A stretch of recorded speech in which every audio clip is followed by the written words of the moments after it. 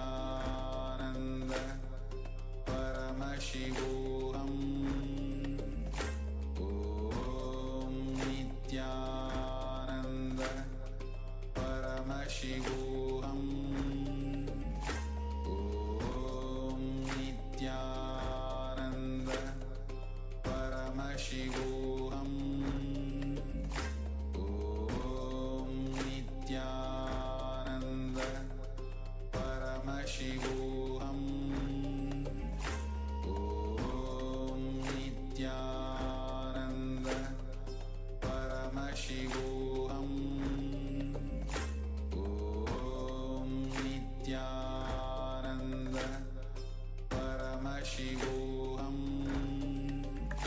Om Nityananda Paramashivoham Om Nityananda Paramashivoham Om Nityananda Paramashivoham Om Nityananda Paramashivoham Om Nityananda Paramashivoham.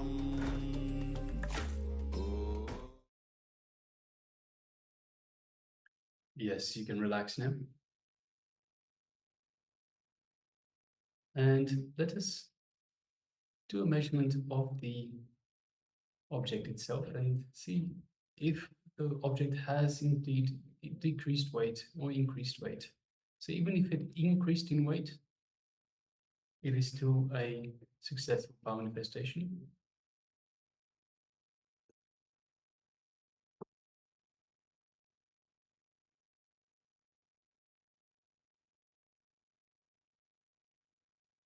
So just take a moment and take a second measurement and just gauge the difference, whether there is a difference, significant difference, or any difference in the weight of the object before and after the power manifestation.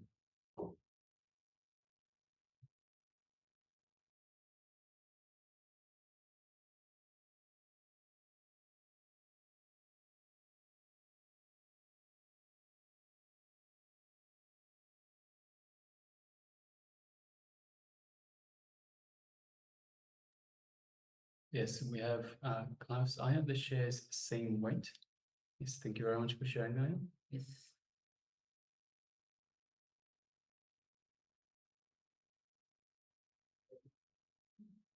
And we have Martina Aura who has joined us. Yes, Nityanam, and welcome. Yes, Nityanam, Ma.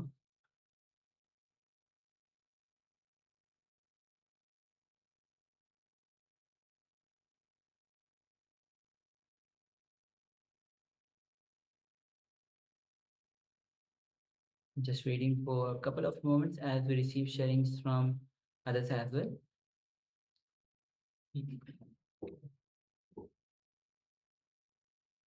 And also requesting, so we have Ma Joanne Han and Ma Tina Aura. If you could please switch on your cameras and be available for the power manifestation, for the entire program itself.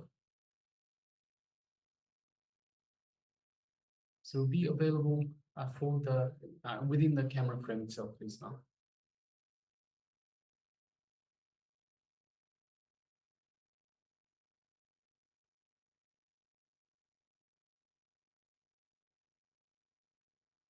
Yes, Martina.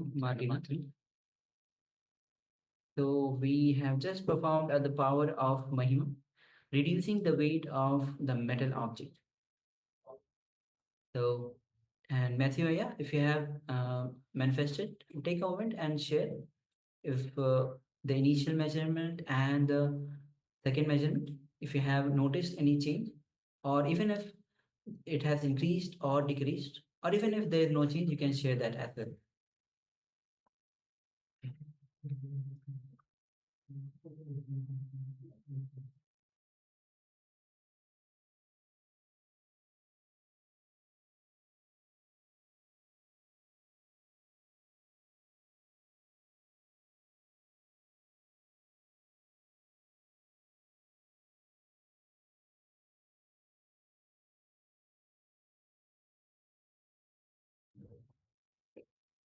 Yes. So now with this, we'll be moving on to the next session, which is going to be on the secrets of gathering a wealth around you. This is from the Jan Sutra, the revelation by Swamiji on secrets of gathering wealth. So please come to the space of listening as we enter into this revelation by Swamiji.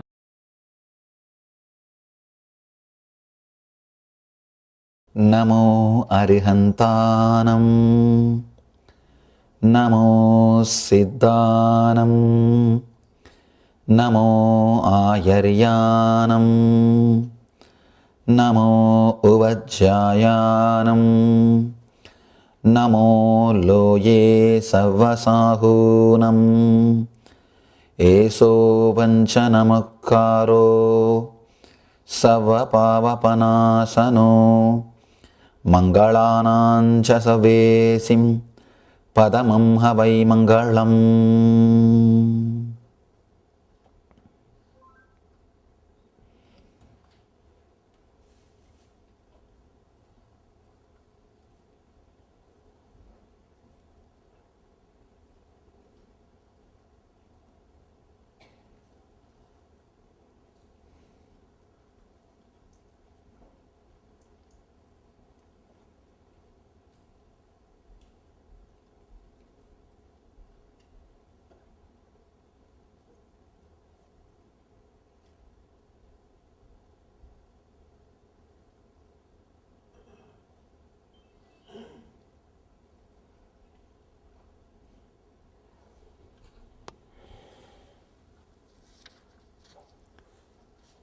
Today's topic is true knowledge.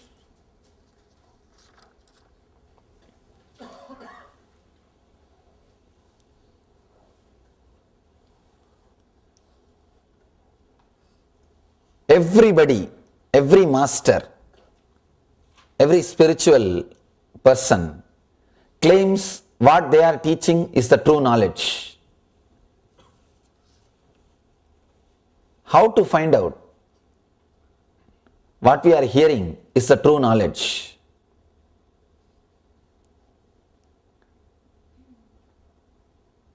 There should be a scale for satya. There should be a scale for truth.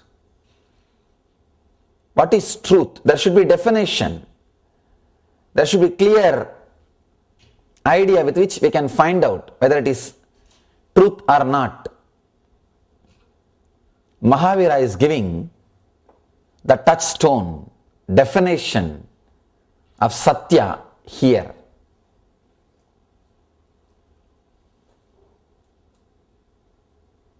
Today we are going to enter into the Satya Sutra. He is giving the techniques, methods to find out what you are listening is a true knowledge or not. Through these beautiful sutras, before entering into the Mahavira Sutras, I wanted to discuss few things about this truth so that you will understand the greatness of Mahavira's words. See, one beautiful thing is Mahavira has lived Kshatriya life, the life of a king. To tell you honestly, if somebody has renounced the life of a king, he has seen the truth in reality. Please understand, an ordinary beggar becoming a Swami or renouncing the world, he has nothing to renounce. He has nothing to renounce. You can't even say he has renounced the world or he has achieved something. No. A king renouncing, that is the greatness. King achieving. One more thing, when a king achieves enlightenment, even his expression will be very sharp and to the core, to the point. He will speak to the point because basically he is brought up without fear. King is a guy who only creates fear in others. He doesn't have fear. He doesn't bother. He is not going to use the socially polite words. But a guy who was poor or a beggar or a person who lived in forest, even if he becomes enlightened, he will not talk the truth completely. He has to use the socially polite words. He can't tell the truth which goes against the vested interests of society or king. But when a king becomes enlightened, he doesn't bother. He says the truth in the best way. He presents the truth as it is. Here, the best expression is happening because Mahavira was king. See, one more thing. When you live a life with wealth and richness, you know all the secrets of human mind. Understand? Wealth gathers around you only when you know the secrets of human mind. How to handle human beings who are coming in front of you. Only a person who knows the basic secrets of human mind will acquire wealth, will become a leader.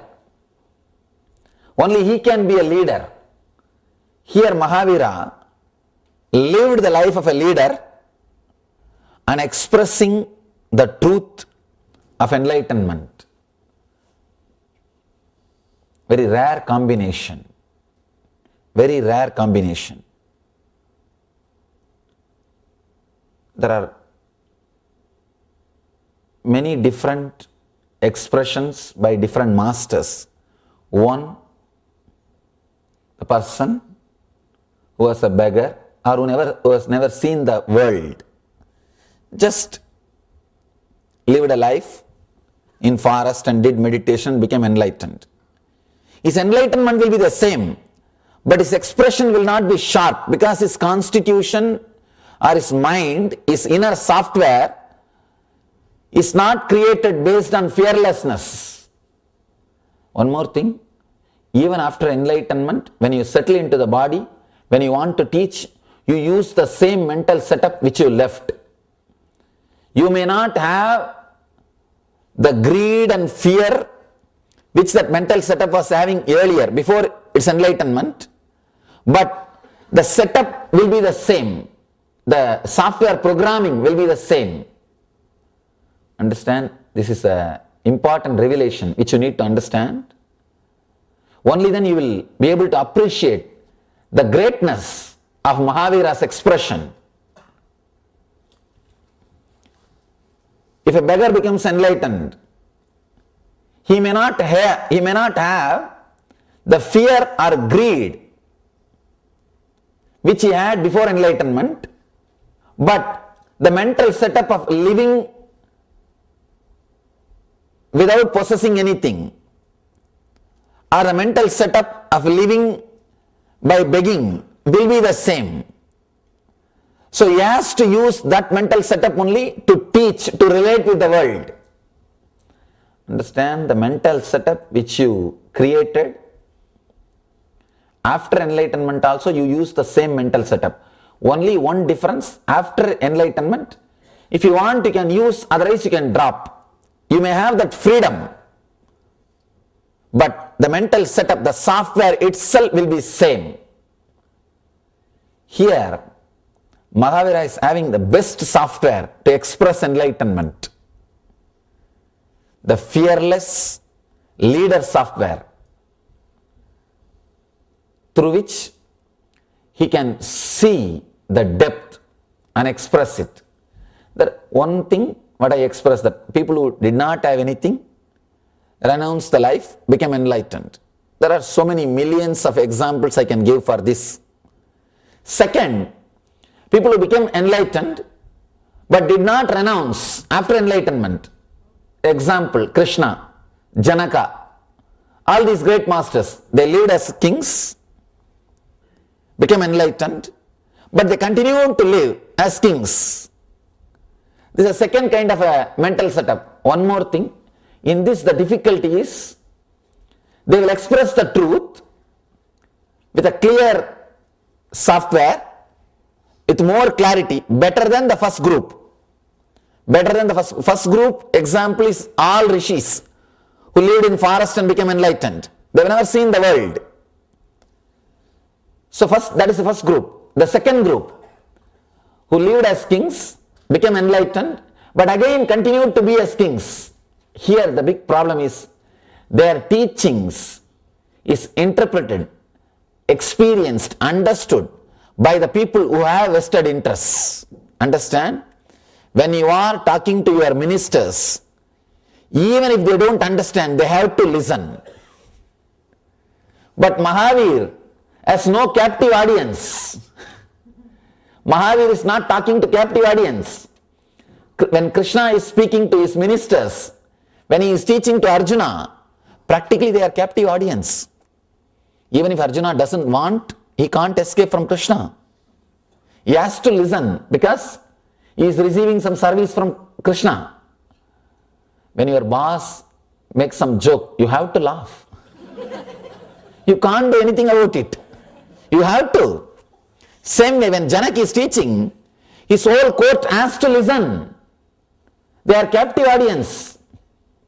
So, the person who is listening, whether he agrees or not, he has to listen. So, complete truth expression is not possible. It's not possible. I don't sit with my ashramites and take these spiritual classes.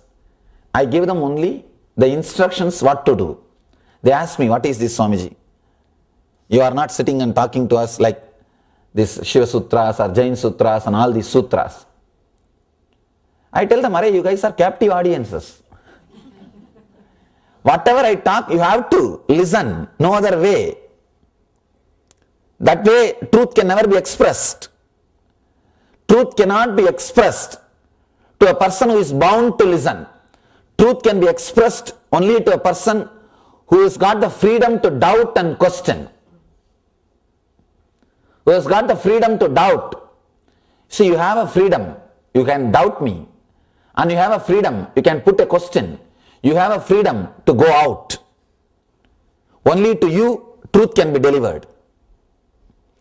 Truth can be delivered in its purest form only to a person who is not receiving anything else from a master.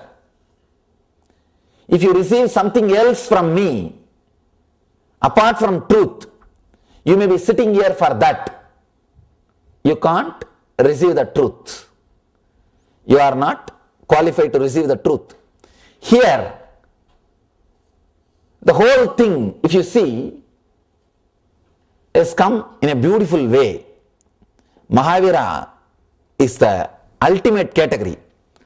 Was king who became enlightened and renounced the kingdom. He is teaching, sitting on the platform of Satya. Only one thing is holding him, Satya. He doesn't have the title. He doesn't have any other title like a king. No. He is heard by the people just because he is enlightened. See, after enlightenment, if you are sitting on the throne of a king, people may hear you because you are king. You don't know what for he is sitting. You don't know why he is listening. You can't say people are sitting just because you are enlightened. They may be sitting because you are a king. There may be some other reason for you to sit. In India, during all our rituals, means the homas, yajnas, yaga, we give free food. But I never give free food during meditation programs. Because people may be sitting for food. I will not know whether they are sitting there to listen meditation or enlightenment or for food. I tell them give free food during yaga, during rituals, not during meditation. It is a disrespect to meditation. I don't want that. There should not be anything else associated with the spiritual truth. No. If you associate anything else with the spiritual truth, the possibility is there, the truth will not be heard properly. It will not be received properly. Here, Mahavir is talking to people who are not bound to him in any way. Who are not bound to him in any way. Seekers. one more thing, seekers are the most dangerous people. Because you can't bind them. You can't bind them. And there is nothing which can bind them. You can bind them only by love and gratitude. So you can't even use the word binding. It can't be even a bondage. You can keep them together only based on love and gratitude. Here he is talking to a community of seekers who are not receiving anything else from him but truth. They are not there for anything else except truth. And he is not carrying any title. He has renounced all the titles. So nobody is sitting in front of him because he has got some title. Because he is a king of some place or he is somebody. No. People are sitting in front of him just to listen to the truth. He is a pure being without any personality, without any title. See, the word persona comes from a Greek root. In those days, the drama actors, they will use masks. That mask only is called persona. Personality means the mask which you are using. Janak has got mask. He is a king. Ashtavakra has to listen to him. No other way. Or the Sugabrahma, sorry, not Ashtavakra. Ashtavakra actually taught Janaka. Sugabrahma came to listen from Janaka. Sugabrahma has to listen because Janaka is a king. Sugabrahma is a captive audience. He is captured. He has to. Whenever a king speaks, you can't tell anything. But here with Mahavir, there is no other relationship except the master and seeker. The purity of relationship is important to maintain the purity of the teaching, purity of the truth. And one more thing, Mahavir has no vested interest. He is not talking to his people to make them do something. No, there is no ulterior motive. There is no goal. Whatever is said and done, Krishna has got a motive to deliver Gita. All he needs is Arjuna has to fight now. So he has to talk. He has to express the truth in such a way that Arjuna will start fighting. There is an ulterior motive. And not only that, Krishna is running a community. He is running a kingdom. So naturally, his words has to be heard. So the purity of relationship is not there. One more thing, Arjuna was thinking himself as a friend. That's why in Gita he says, Krishna, forgive me. I thought you are my friend. Hey Krishna, hey Yadava, hey Shaketi. I called you as Yadava by your community name. I called you as my friend because he was thinking as a friend. So the purity of relationship is not there. You can't deliver a truth to your friend. You can deliver a truth only to a seeker. Here, the best mental setup, best software, and the greatest enlightenment, greatest experience of enlightenment, and right persons with the right attitude sitting in front of Mahavir. So the best truth is being delivered. True knowledge is coming out. He is giving us the scale. He is teaching us what is Satya and how to find out whether something is truth or not. One more thing, even Patanjali, the greatest scientist of the inner world, says Apta Pramana, the words of an enlightened beings can be accepted as a truth. So that can be considered as a scale. If an enlightened being says, you can take it for granted, it is truth. But Mahavir says no. He doesn't even want to say that anything told by an enlightened being is truth. No. Because who knows whether somebody is enlightened or not? God doesn't give certificate. What to do? We don't have a certificate. So Mahavir goes a step further. He is not accepting apta pramana. He is not accepting Vedas are the ultimate truth. No. Apta pramana is not accepted in Buddhism and in Jainism. Both religions, apta pramana is not accepted. Apta pramana means the words of the enlightened ones. No. They say everything should be scrutinized. There is no such thing as apta pramana. There is no such thing as words of the enlightened beings. No. Everything has to be scanned. Everything has to be analyzed. He is giving beautiful teachings to find out what is truth and which is true knowledge. One more thing, please understand, this true knowledge, this is like a touchstone. If you use the sutras and analyze all your decisions which runs your life, all your ideas which is base for your life, you will achieve satya. Lord so says, if you are established in truth, you don't have to do any spiritual practice. If you understand this one sutra and redefine all your decisions, ideas, concepts about your life, you don't need to practice any spiritual discipline. You are enlightened this moment.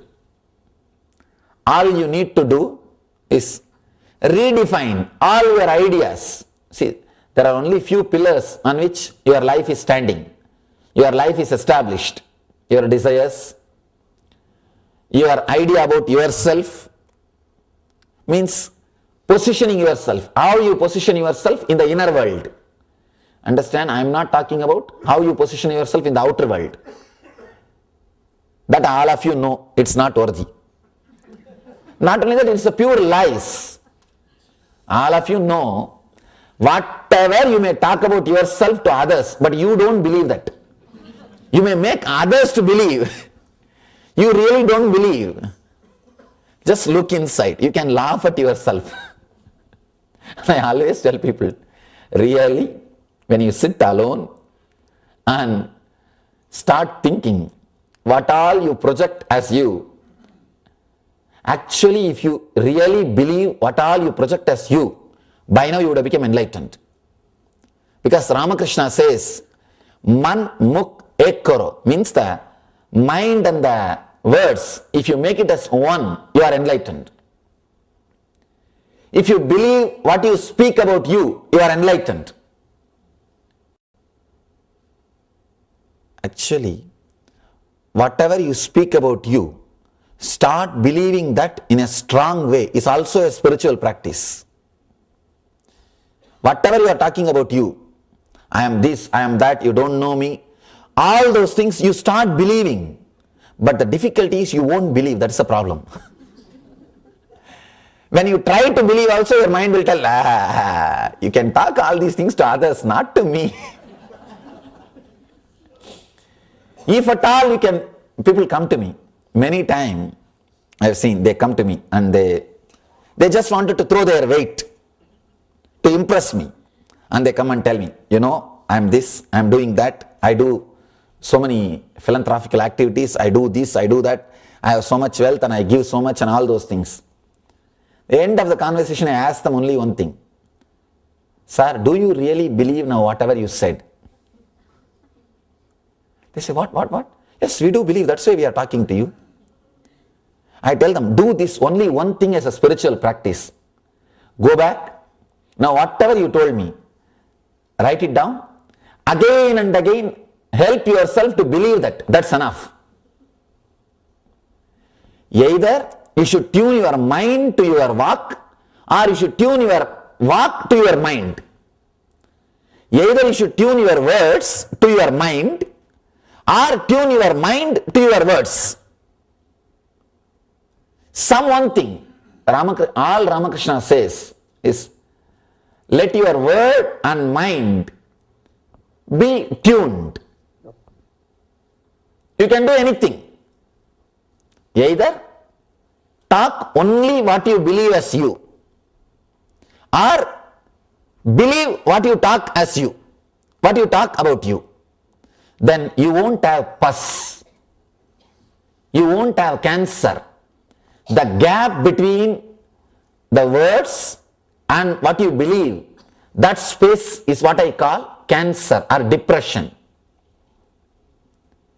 If you are carrying a depression in you, be very clear, you have that gap between your words and your being, between your words and what you believe. If you can remove that gap, you will not have the tumor which I call depression. See, any person who does not have depression is enlightened. If you are not enlightened, be very clear, you carry depression. The gap between your word and what you believe as you. The other day, one of our devotees was telling me, another one devotee who saw this latest movie, secret movie, he came and told him, I became enlightened from today. And the guy who was talking to him, he is a strong intellectual guy. He took him to task. Within 10 minutes, that fellow lost the enlightenment. He was trying to convince himself for years or months that he is enlightened. This fellow took away his enlightenment in 10 minutes.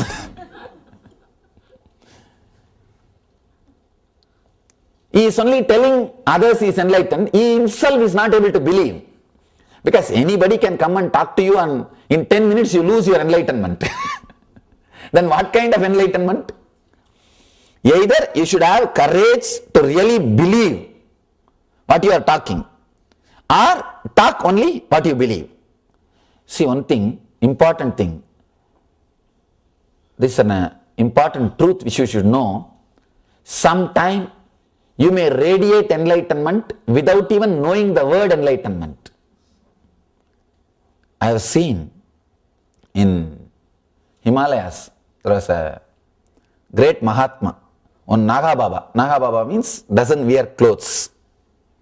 I had the fortune to be at his feet for 6 months. I was blessed, fortunate enough to be at his feet. He will always be smoking ganja, what do you call marijuana. Huh? You may think that how can a person who is smoking ganja be enlightened? That's what I also thought. When I went to serve him, you see, traditionally you are supposed to serve elderly sadhus to achieve enlightenment. So before my enlightenment, I was serving. Wherever I see some elderly sadhu, I'll go and sit at his feet. I'll give them whatever food I can collect and give, beg and give, and wash their vessels, and whatever little help, small help I can do, I used to do.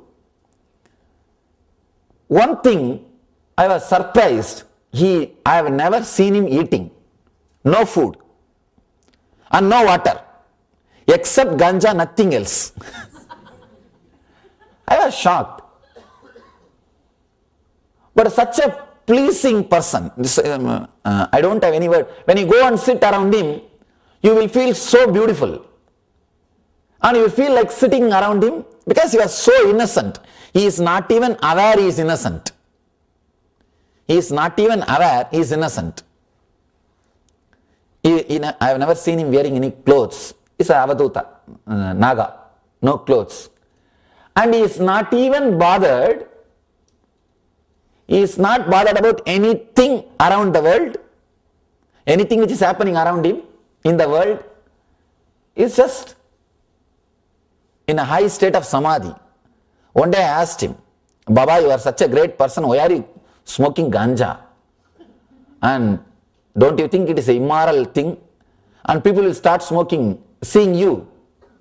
And already they are doing. They want only some reference. They want only some reference. And especially a person with a reverence, if he becomes a reference, then you can do anything. I asked him. He said that beautiful word. Fool, you think that a big elephant can be tied inside a small hut? I can't live inside the body without any desire.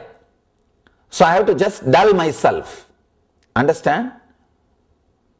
When he said, I saw the authenticity. The other guy also, one more guy came and spoke to me. He said, Swamiji, I am also smoking to put me inside the body.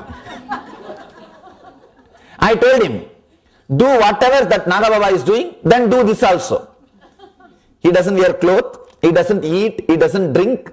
You also do all those things. Then do these things. Then you can justify. You can't just do whatever you want unless it becomes your experience. One important thing I saw in him, when he was telling that I had to dull myself, it was an authentic truth. His mind and his words were in one line. Not only that, when you live around him, you realize he is established in Satya. He is established in truth, not for any vested interests. See, if somebody doesn't eat or smoke, if somebody doesn't eat or drink, they would have made a big business out of that power. But I have never seen him making big fuss about it. If people ask him, why you don't eat, Baba? He says, who will get up and go and cook and eat? Forget about it. He will not even show that it is a big power. You won't even see that ego, that he lives without food and water. No. When you are really established in truth, you will not be aware of your own powers. You will only radiate, but you will not know those words. I asked him, what is Atmajnana? He does not even know that word, but he is an Atmajnani. What to do? He is radiating Atmajnana.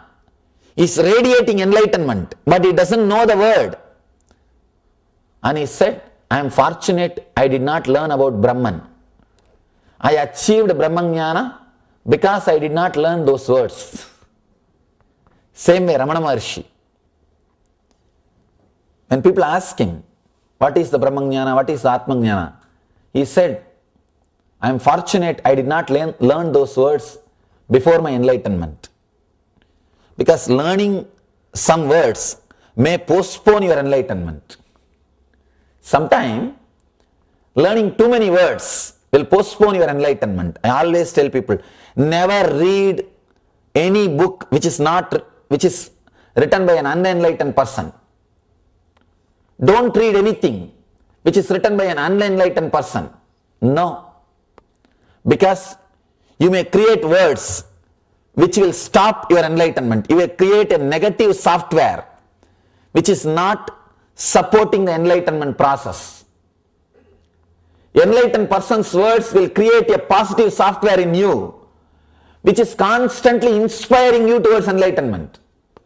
See, in the end, all enlightened masters will be pushing you towards sadhana, towards enlightenment. One of the Ramakrishna's disciples, his name is Brahmananda. He says, if you read Ramakrishna's words, there is a beautiful book called Katamrita, Sri Ramakrishna Katamrita, we call in English Gospel of Sri Ramakrishna. He says, if you read that book every day for 1 year, I assure you will have the darshan of the ultimate. You will experience enlightenment. You will be shocked. How can a person assure How can a person say that enlightenment in 1 year, guaranteed? I tell you, when you read these master's words again and again, when you listen these great master's words again and again, you create a new software, you create a new mental setup, which reminds you the ultimate truth again and again, which inspires you towards that higher ideal again and again. Every day, you are again put on the track. You are again inspired to run. You are again given the enthusiasm to take up the journey. It's like a everyday inspiration, and it creates a new mental setup. It is true, when you read or listen to the master's words for 1 year, and 1 year is too much time. 1 year is enough to create a mental setup which will radiate enlightenment. It's like there is a light. In every one of you, that light is there. In front of the light, if there is a wall, that light can't shine. If there is a glass, that light can penetrate and it can shine. Putting glass instead of wall is reading enlightened beings' words. As of now, you have a big wall. In front of your light, the Swayam Prakasa Jyoti, the self-effulging light, which is inside your being, you have put big wall. That wall is your mind. If you just put a glass instead of that wall, the glass means the mental setup which can allow that light to express itself. The mental setup which does not block or stop that light expressing itself. You will see that enlightenment is radiating through your senses. It is radiating through your being. See, I can't even say enlightenment needs to be achieved. No. Your senses are supposed to be purified so that that light can penetrate and express through it. That's all. All of you are having it. No doubt about it.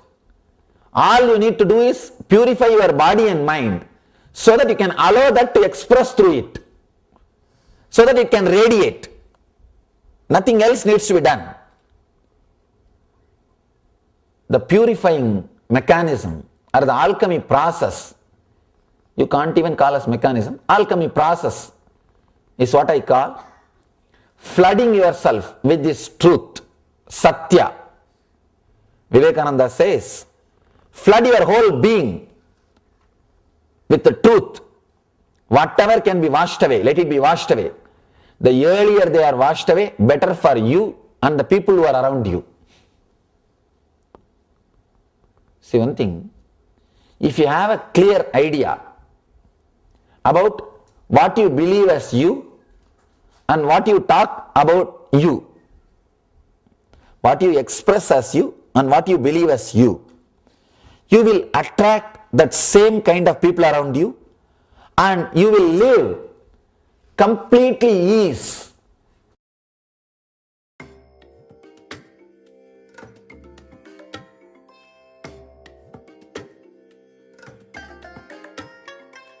I bless you all. Let you all open all your three eyes and manifest the powers of Mahasudashiva. Om Nityananda Paramashivoham. Om Nityananda Paramashivoham. Om Nityananda Paramashivoham. Om Nityananda Paramashivoham.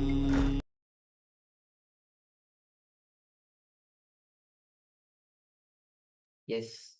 So Nityananda, all of you. So Swami says, flood your whole being with truth. and whatever is being washed, let it be washed away. Let your being be flooded with the truth. Anything that is being washed is not worthwhile having it. And so much Swamiji revealed about Mahavira, how Mahavira was a Kshatriya, he was a king, and after being a king, he renounced the world, got enlightened. So his has the mental setup of the king, means expression, how he expresses the truth is purely from the Satya. Swamiji gives example of if a beggar gets enlightened or the person who lives in the forest gets enlightened, his expression will be from that mental setup that he carries. And Swami shares, after enlightenment, either you can choose the mental setup that you had and act from that, or you can drop the mental setup. Only thing is, even if you choose the mental setup, you will not have the fear or greed, but the mental setup will be same. And he talks about how Mahavira, he was king. He knows the secret of human mind. He knows all the games human mind can play. So from that space, he renounces and gets enlightened and lives only on the truth. So his words are, people are gathering around him just for the purity of his words, purity of his truth that he is expressing.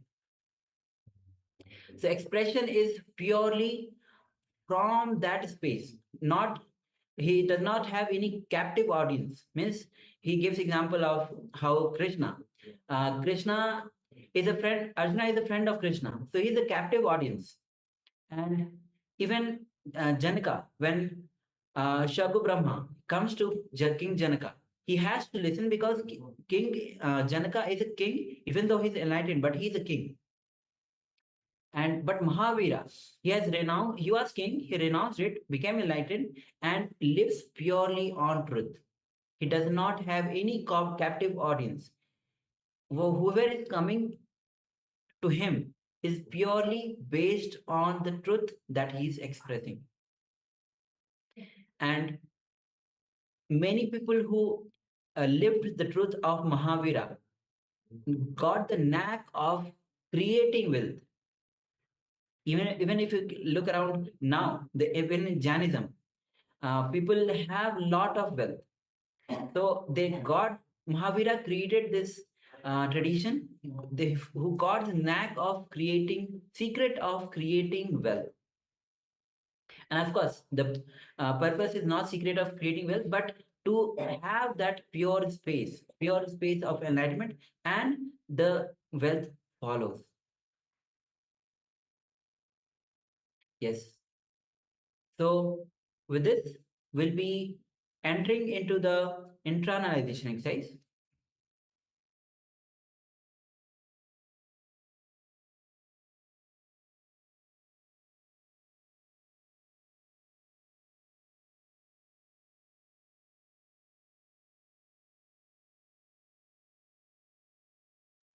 All right.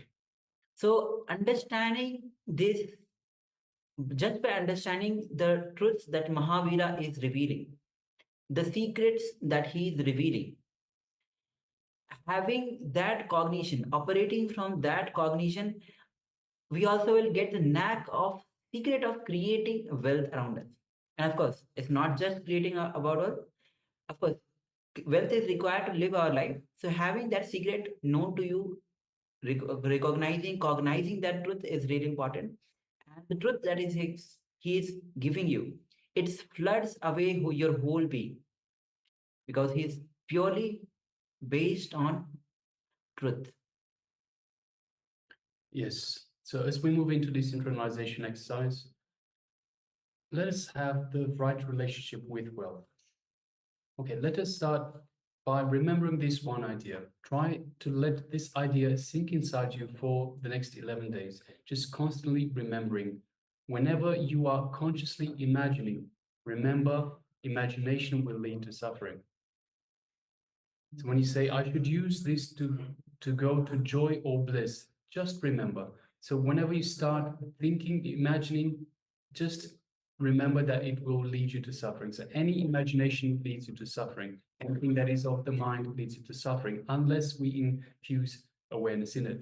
So when we catch ourselves remembering, when we catch ourselves imagining, just remember to say, I should use this to go to joy or bliss.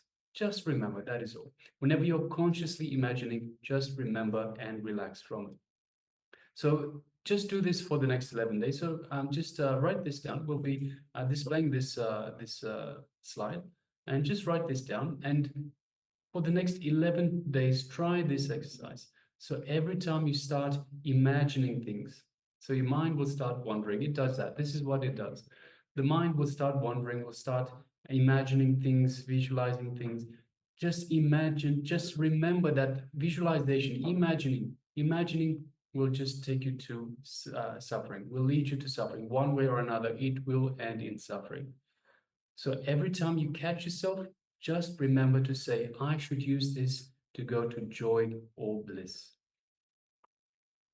So whenever you remember consciously, then you start relaxing from it.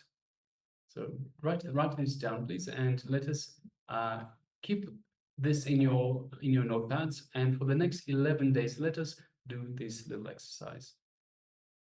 Write down the instructions.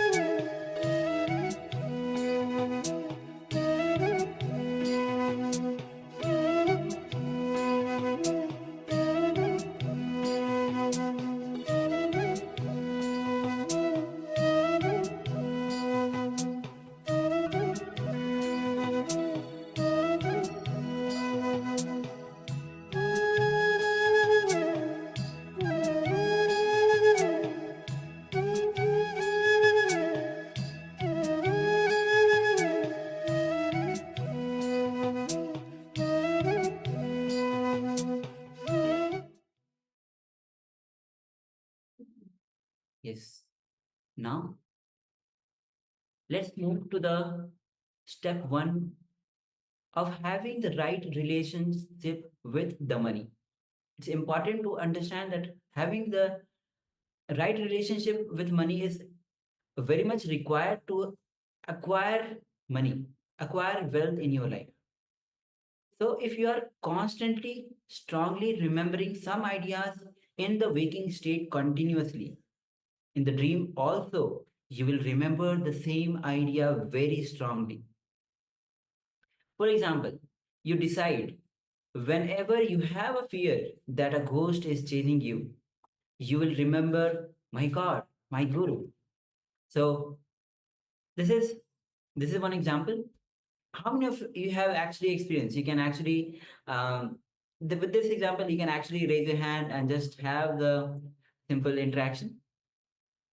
Let us see if anybody is.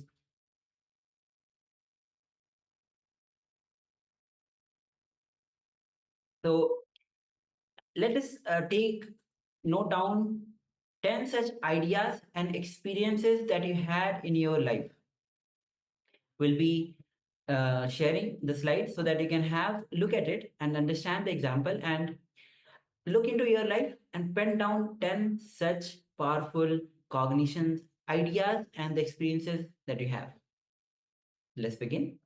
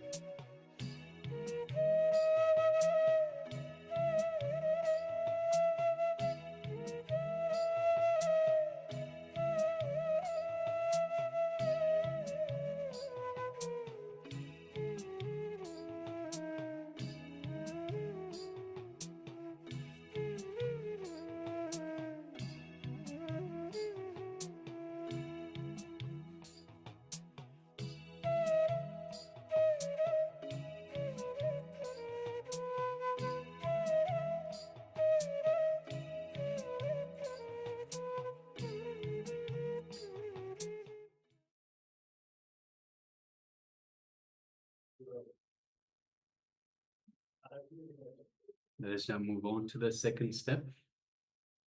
Now analyze how your imagination is creating suffering. For example, you start suffering comparing you with yourself. You say, yesterday I walked half an hour. Today, I don't know what happened. I couldn't walk that half hour. Many times you think, I should have treated myself like this. I should have spoken these kind of words. I should have expressed myself like this. I should have presented myself like this, but I did not do what to do. And you repent. So now just take a moment, take a few minutes and write down 10 such experiences. So once again, where your imagination is creating suffering by comparing yourself to yourself and by using the words, I should have done this, I should have done that. So just take a few minutes and write down 10 such experiences.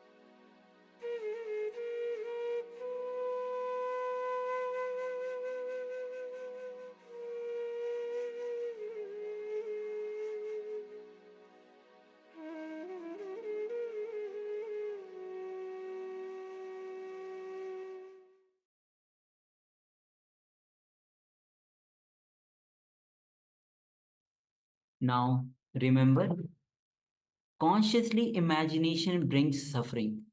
Remember this sutra. Shabda Jnana Upadhi Vastu Shunyo Vikalpaha. Take few minutes and remember, consciously imagination brings suffering.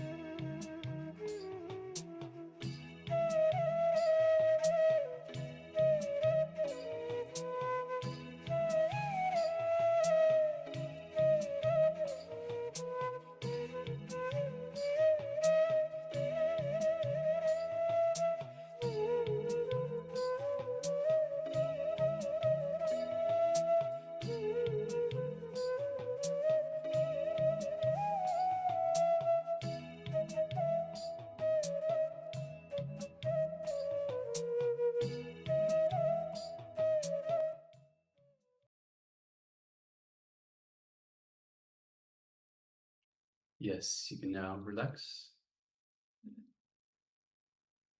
So that was an internalization exercise to understand that imagination leads to suffering.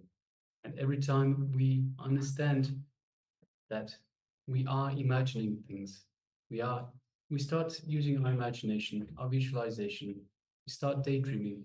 Let us bring ourselves back. Let us drop this imagination and come back to reality. All right, so let us now move on to the next segment, which once again, it is power manifestation. So the power manifestation for today is the power of Mahima, decreasing the weight of any object. So let us get ready for this.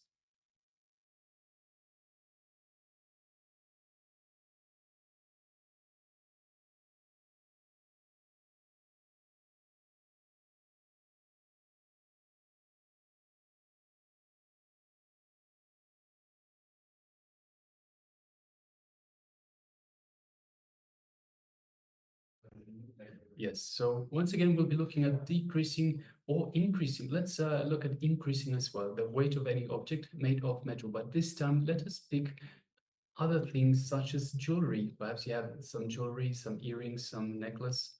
So any such jewelry, anything that is made of, and that, so if you have something that is valuable, so jewelry, earrings, necklace, bracelets, anything like that. So let us find some of these objects, and we will first of all take an initial measurement of these objects, the weight of these objects, before we start to affect the weight of the object itself. So requesting participants, just take a few moments and identify an object that you want to increase the weight of.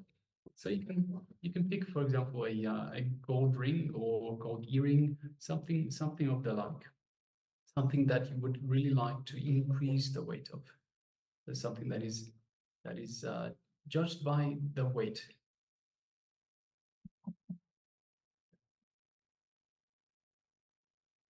And also requesting, we have Ma Tina Aura and Ma Joanne Han requesting if you could please switch on your cameras and be available in the camera frame itself.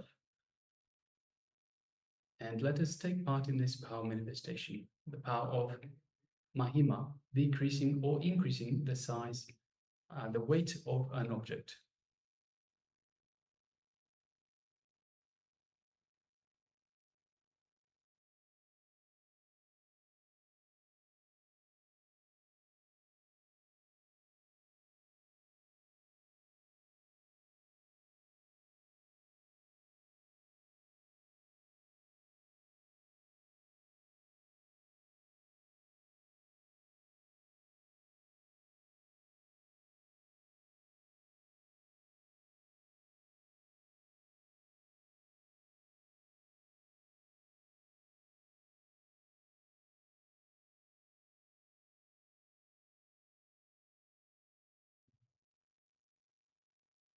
All right, so once you have the object selected, let us sit comfortably with the head, neck, and spine in a straight line.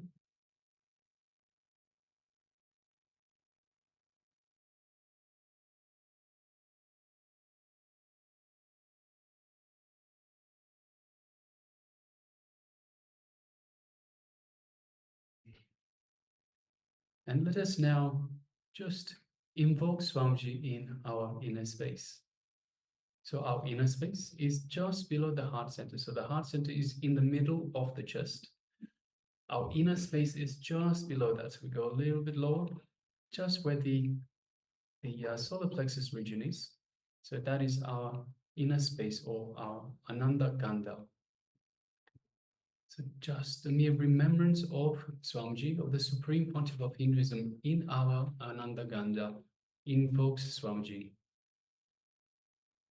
So now just take a moment and feel Swamiji in your inner space. Feel Swamiji's love, his compassion, and his infinite wisdom, his infinite grace, radiating in your inner space.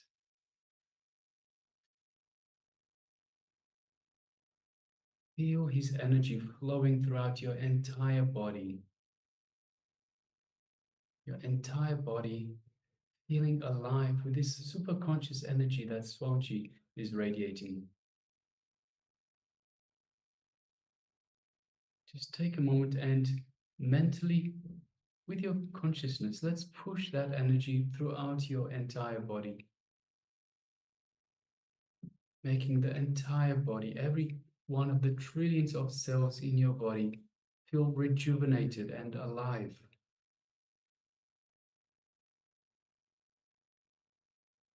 Just take a moment and visualize this as Swamiji's superconscious energy is moving throughout your entire body, rejuvenating it, healing it completely from head to toe.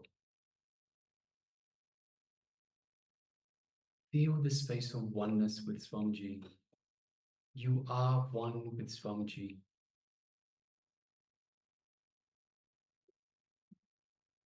Now let's just take a moment and move our attention to the third eye, just gently.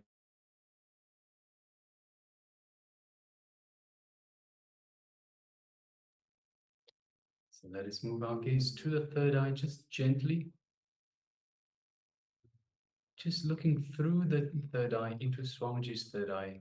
Don't strain, just gently, just the way you would look at a flower or something beautiful, something you find beautiful.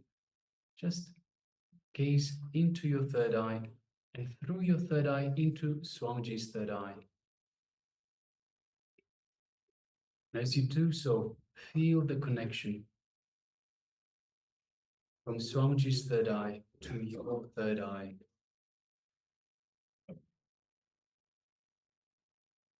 Now let us start chanting the Mahavakya.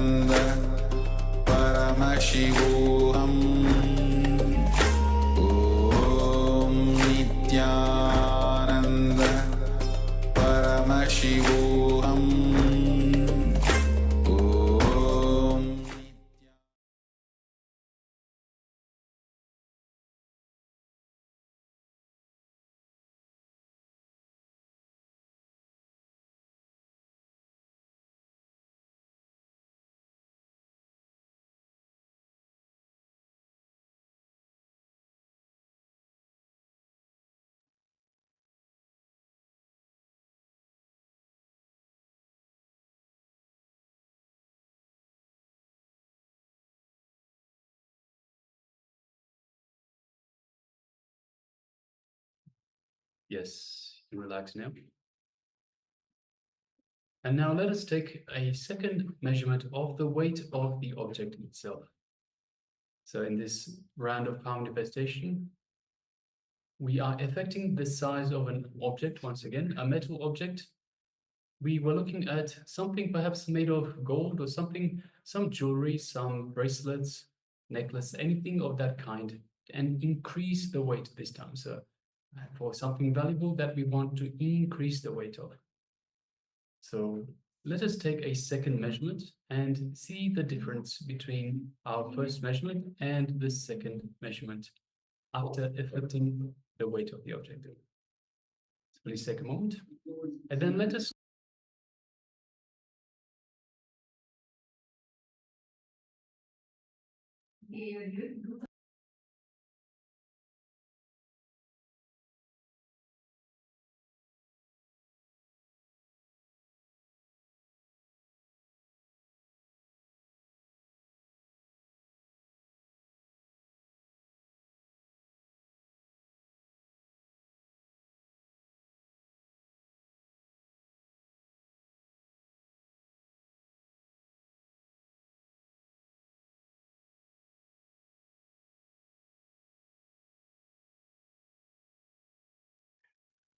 Yes, sorry for the technical glitch.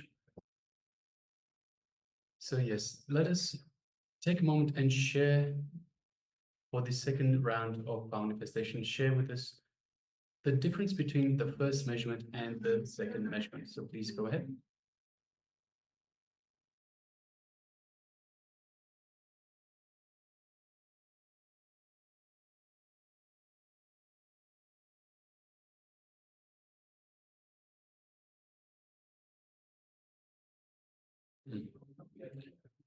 All right, so if you're still sharing, please go ahead and do so. Meanwhile, let us get ready for the next segment in our program.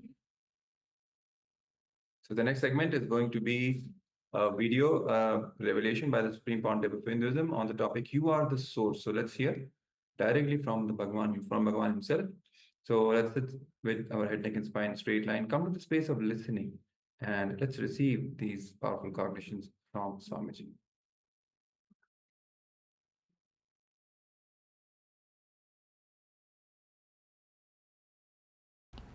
In the Aghori tradition is the path of science of enlightenment. They work with the human fevers.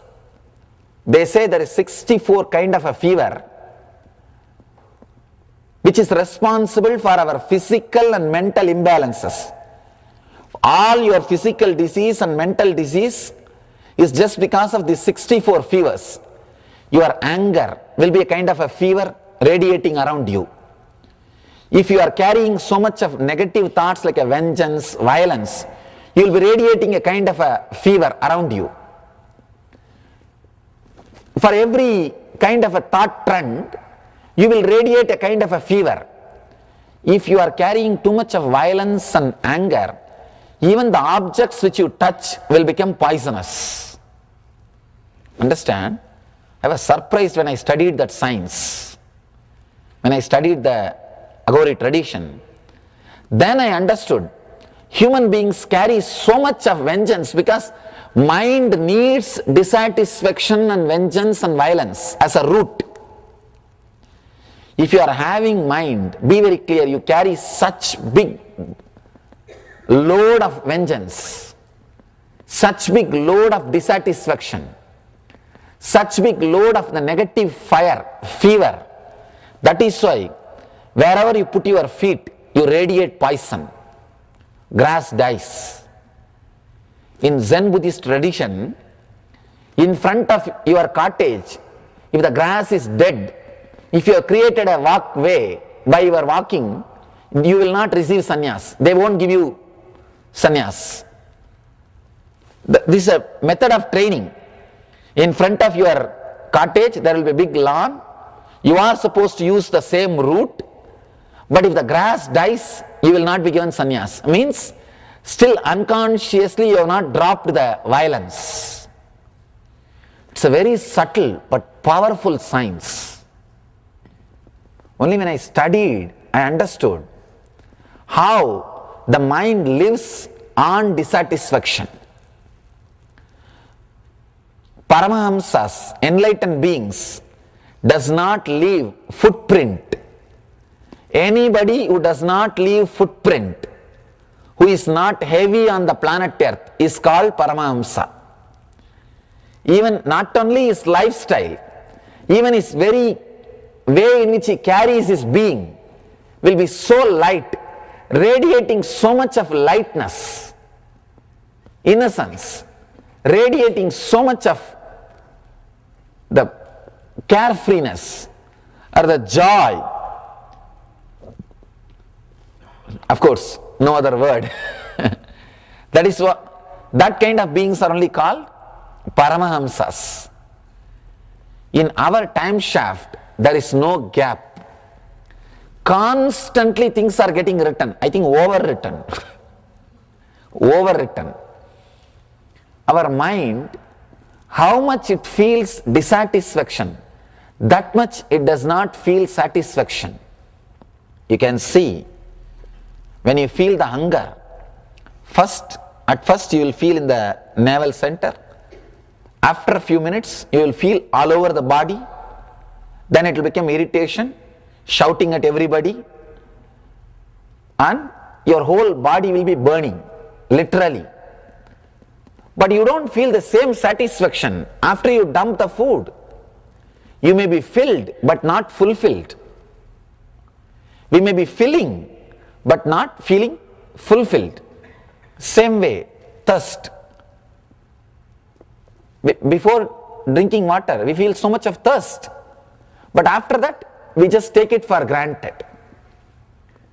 After eating or drinking, the satisfaction which we feel, we do not cherish, we do not experience, we do not live it, we take it for granted. Any joy you can see in your life, you take it for granted. You start asking, what next? There is a beautiful stotra by Shankara. Tatakim, tatakim, tatakim. What next, what next, what next? Your mind is alive only by asking what next, what next, what next. It can't relax here and now. When Shiva says, wherever satisfaction is found, in whatever act, actualize that, be in that moment. If you are finding satisfaction means you are relaxing into that present moment. You are resting into that present moment. You are entering into a space where you don't have boundary, you don't have heaviness, you are not creating footprint. Just be in that space. But our mind is such. Ramana Maharshi says beautifully. There is a beautiful one-liner from Ramana Maharshi. He says in Tamil, I'll give you the translation. Before achieving, even mustard seed will look like a mountain. After achieving, even a mountain will look like a mustard seed for the mind. Before you getting it, even a mustard seed, small thing, will look like a mountain. Without that, your life will not move. For example, a cell phone or a shoe, which you see when you go for window shopping. When you go for shopping, it's called window shopping, just seeing and walking. Particular kind of a cloth or some shoe or some cell phone. You just look at it. You have a thought. Why not have that? You say, no, later on. Let me save a little money and buy. You just walk. But the thought is in your mind. Your mind will now give all kinds of justifications why you should have that. If it is a shoe, it will tell, if I have that shoe, early morning 4:30 I can get up and go for a running. I will be more healthy.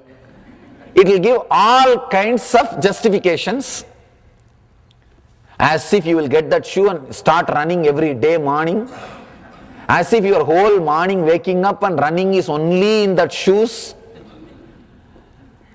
and without that shoe you can't get up or you can't do any running with your old shoe. No, nothing. Your mind will create all kinds of scene, and with that cell phone you will really start doing lot of business and develop all your relationships. It will give all kinds of ideas. If I have that cell phone, I will be able to call every time. I can keep up with my business, or I can take care of all the relationships. Some idea. Same way with that cloth. I think that cloth will really look nice on me. I'll really feel more confident and courage. And it will give all kinds of ideas. And somehow finally, because your mind says so many times again and again, you may save little money and get that shoe. First few days, you will not even remove that shoe when you go to sleep. It will be there in your leg even when you fall asleep. It will be almost like a part, Karna's Kavacha Kundala. The Karna's Kavacha Kundala can't be removed from his body. It will be just like that, just always with you. After a few days, you will say, okay. Whenever you go for some parties or some time, you will wear. After a month, rarely, maybe some important thing. After 3 months, it will be lying near that small corner room which is always under that staircase. Nobody will be there even to clean or polish it. It will be lying there. You can see your mind. Just go to your garage and see all over how many things are lying, and before buying, what all words your mind said, and how your mind was showing all these things are really necessary for your life. Especially when you read that Sky Mall magazine, the flight, it gives you such a feeling that without that product you can't take next step in your life. And it gives you such a fantastic feeling with that photograph and everything. Almost your mind says you can't live the next day without that product. Order now. And it's like a hypnotizing, especially these TV ads in US I saw. Call now, call now, call now. And almost that way in which it is presented, your mind will say you can't take the next step. You can't live your life without that product. Or there is something really missing without that product. Go around and see your garage. See your, not only garage, just go around and see the whole house. Go and stand near every object, everything in your house, and just have a small write-up, 2-line write-up. What you felt before that became part of your life. First with your house, with your car, with your wife, with your relationships, with your every product. Just see what was the comment or what was the thought before that became part of your life. And what is the thought now? You will understand your life or your mind records only dissatisfactions. When Buddha says life is suffering, he does not mean that true life is suffering. No. He himself was not suffering, radiating joy and bliss. How can he say life is suffering? What you think or what you record life as is suffering. In your mind, what all you record as life is suffering. That is what he means. There is a beautiful saying in the Upanishad. Once you become enlightened, your future and past both can be changed. I was actually confused when I read. See, future can be changed, that I can agree, because it is open. How can past be changed?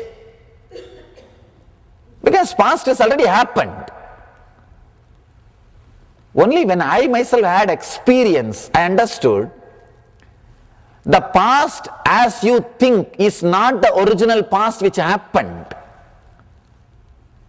What you think as your past is not the whole complete record. What you think as your biography is only selected, edited version.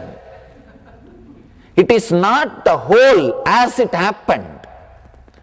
So only when you become enlightened, you will experience the true past. You will see everything happened. As on now, what you remember as past now is not your past. Maybe a little confusing. What is this? It is true.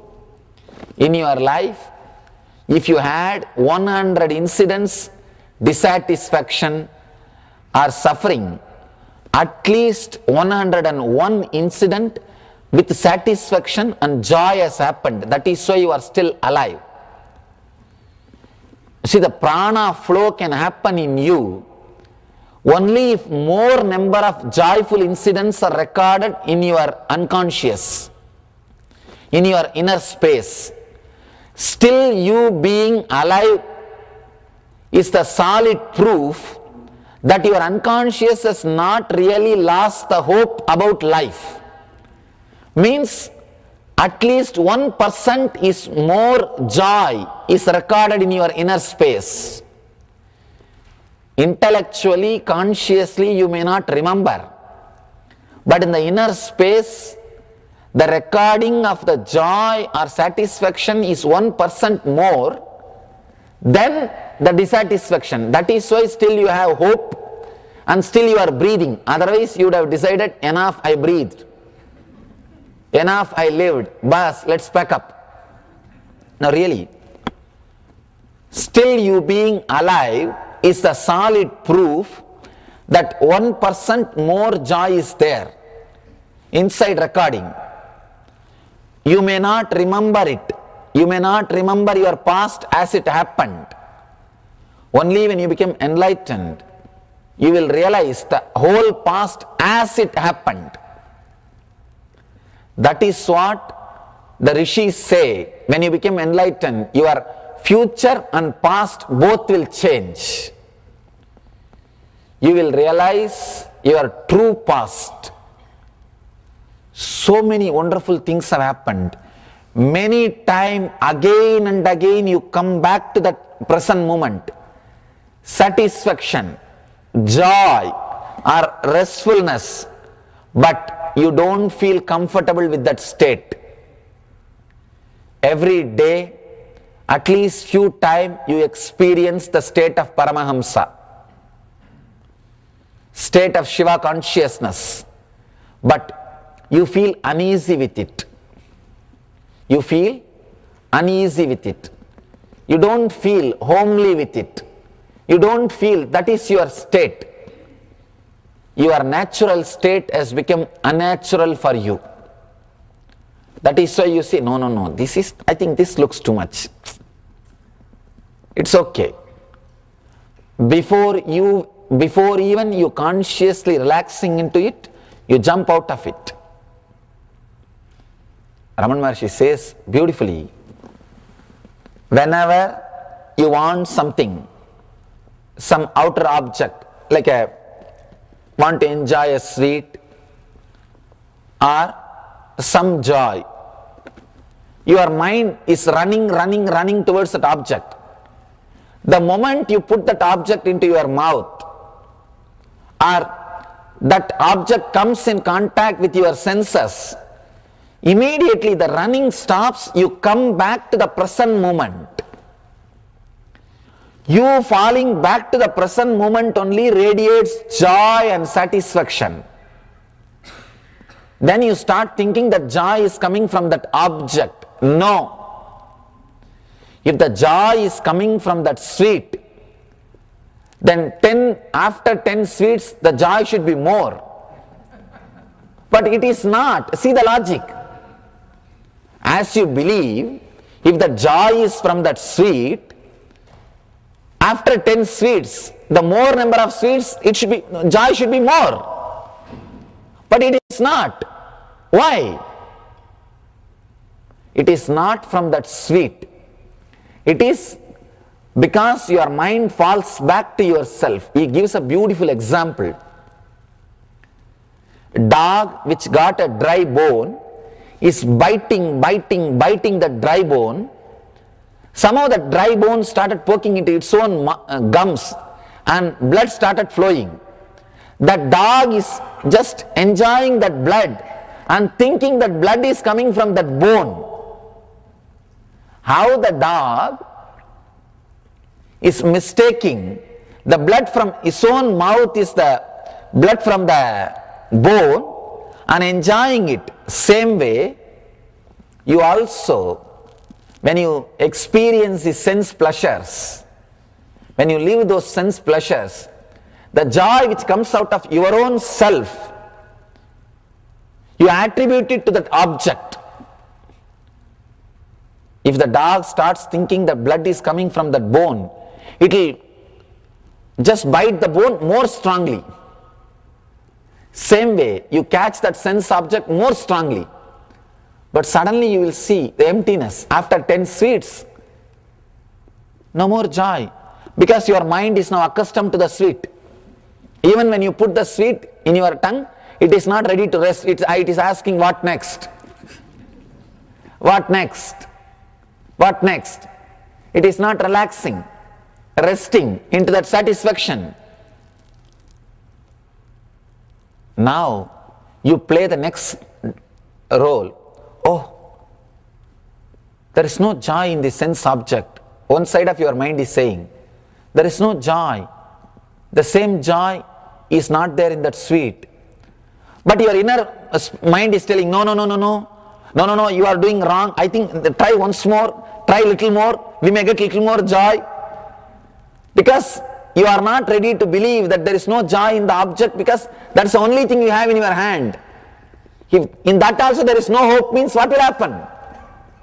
You become hopeless. That is too much. So you try to hold on.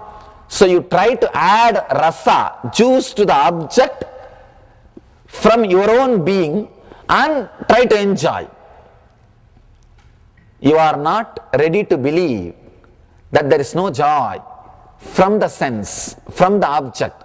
The joy is from your inner space because you are relaxing, resting. Mahadeva says beautifully, wherever satisfaction is found, in whatever act, actualize this. In Zen, they have something called tea ceremony. It's nothing, just they will prepare tea and drink. But that is given so much of spiritual significance, you will be surprised. All the monks will sit around and that they will be just sitting and listening to the sound of tea boiling. That water sound. Glug, glug, glug, glug, glug, glug, glug, glug, glug. And that beautiful smell of the steam. And just with a deep meditative mood. And when they pour the tea, just that sound which is created with a full awareness and your deep thirst for the tea or that feeling to sip the tea, just be with that. And beautifully when you sip the tea, the whole tea traveling inside your system, and that satisfaction it is creating inside your system, and that beautiful restfulness and that relaxation or satisfaction which comes because you got what you want. The whole mood, the whole thing, just a cup of tea can lead you to enlightenment. Understand? Just that satisfaction, if you can live intensely, there is a beautiful truth behind this whole tea ceremony. Let me explain the truth, then you will understand the Mahadeva or Shiva's technique. In your inner space, two things will get recorded, two samskaras will get engraved. Samskara means the engraved memory which is powerful enough to make you go through the same action. If you are addicted to coffee, morning 7 o'clock, once you hear the bell 7, inside coffee, addiction. You see, addiction word can be defined. Understand this definition. Without that object, you will feel deep dissatisfaction. With that, you won't feel much satisfaction. Is addiction. Understand, this is the definition of addiction. With anything, without that object, you will feel deeply dissatisfied. If you can't smoke, at that point, you can't stand, like you will feel so restless. You will walk here, you will walk there, you will go to bathroom, you will walk here, you will walk there, and you will be shouting at everybody. You will be kicking the shoes, you will be kicking this. You will be doing all sorts of things like Tom and Jerry. But once you smoke, the joy will not be too much. You will take it for granted. Okay, next. That is what is called addiction.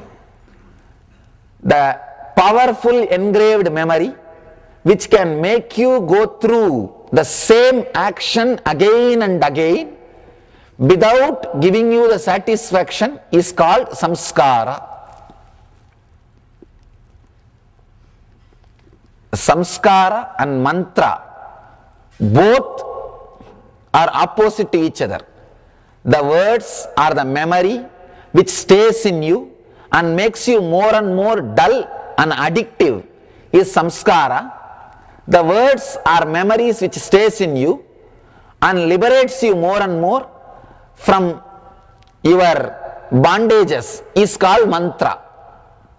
The words which stays in you and liberates you is mantra. The words which stays in you and binds you is samskara. That's all. Understand? When you are caught with these samskaras, when you don't feel the satisfaction of what is happening inside you, you will record more samskara and less experience. Let me repeat once more. Inside your inner space, two things will be recorded. For example, the memory of drinking tea and the joy or intense satisfaction which you felt during drinking tea. These two will be recorded. If that satisfaction, the joy, if it is deeply recorded, you won't need the same act of drinking tea again and again. If this experience or the joy or quality of satisfaction is not deeply recorded in you, you need this act to be done again and again. If there is a quality of experience in you, the quantity of act is not needed. If the quantity of act is needed means the quality of experience is not deeply recorded in you. That is why Mahadeva says, Shiva says in another one technique, anything you do with your conscious full awareness will liberate you. Understand? It means if you smoke intensely, consciously, only once, you will be liberated from smoking. If you smoke consciously, intensely, even once, you will be liberated. You will not be bound. Because anything you do it completely does not create footprint or leave karma or samskara inside your inner space. Karma means unfulfilled action, which is powerful enough to make you go through the same action again and again to make you feel fulfilled. If you do any action, whether it is seeing something, or listening something, or tasting something, or smelling something, or touching something, anything with full conscious awareness even once, without drifting into the past or future during that act. Usually, when you are drinking tea, your mind will be doing everything else except enjoying the tea. When you can see in your life, when you put the brush morning to brush your teeth, your mind is already in the office,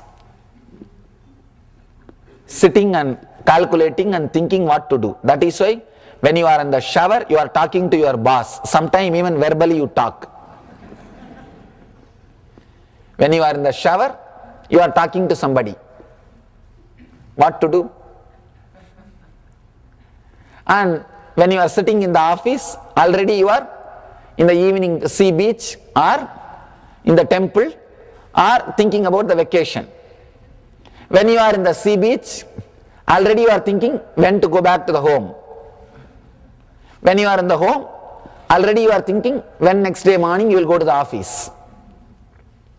One thing is sure, if you are here, your mind is not here. That's all.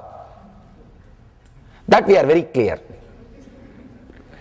Anything you do, even once, without drifting into the past or the future, will liberate you. Any karma. Because you are embodiment of fulfillment. You are Purna. There is a beautiful Upanishad sloka. Purnamata Purnamidam Purnat Purnamudachyate Purnasya Purnamadaya Purnamevavasishyate. From the whole comes the whole, and if the whole is added to the whole or removed from the whole remains as whole. Maths cannot help. Logic cannot help you to understand this. And now, recently, the Western mathematicians are agreeing 2 plus 2 is not 4. No, really, it is 4 plus something. Whenever you add two things, it is not just a logical equal thing which we were believing always. No. 2 plus 2 is not just 4, because the adding action, that brings some result. See, 2 plus 2 is not just 4. Adding is an action. What about that result? Once you add 2 plus, you see, when the 2 is separate, 2, and there is another one 2, separate 2, these two, when they are added, it is not just 4 plus the quality of adding. Now this 4 is ready to get added to anything else. Now the 4 has got a quality or the idea or the mental setup of getting added to anything. That is why 2 plus 2 is not just 4, it is something more. Because the 4 has now learnt how to expand itself. This just 2 do not know how to expand itself. This next 2 also do not know how to expand itself. When these 2 are joined together and became 4, now they have an intellectual property, how to expand them. They are something more than 4. Now they know the technique of how to adding more and more into them and how to assimilating or how to expand. Understand? That is why the regular logic is not a complete logic. The system of the Purnamata, if you understand this one Upanishad mantra, the whole comes out of whole and goes back to whole. If you take the whole out of the whole remains as a whole.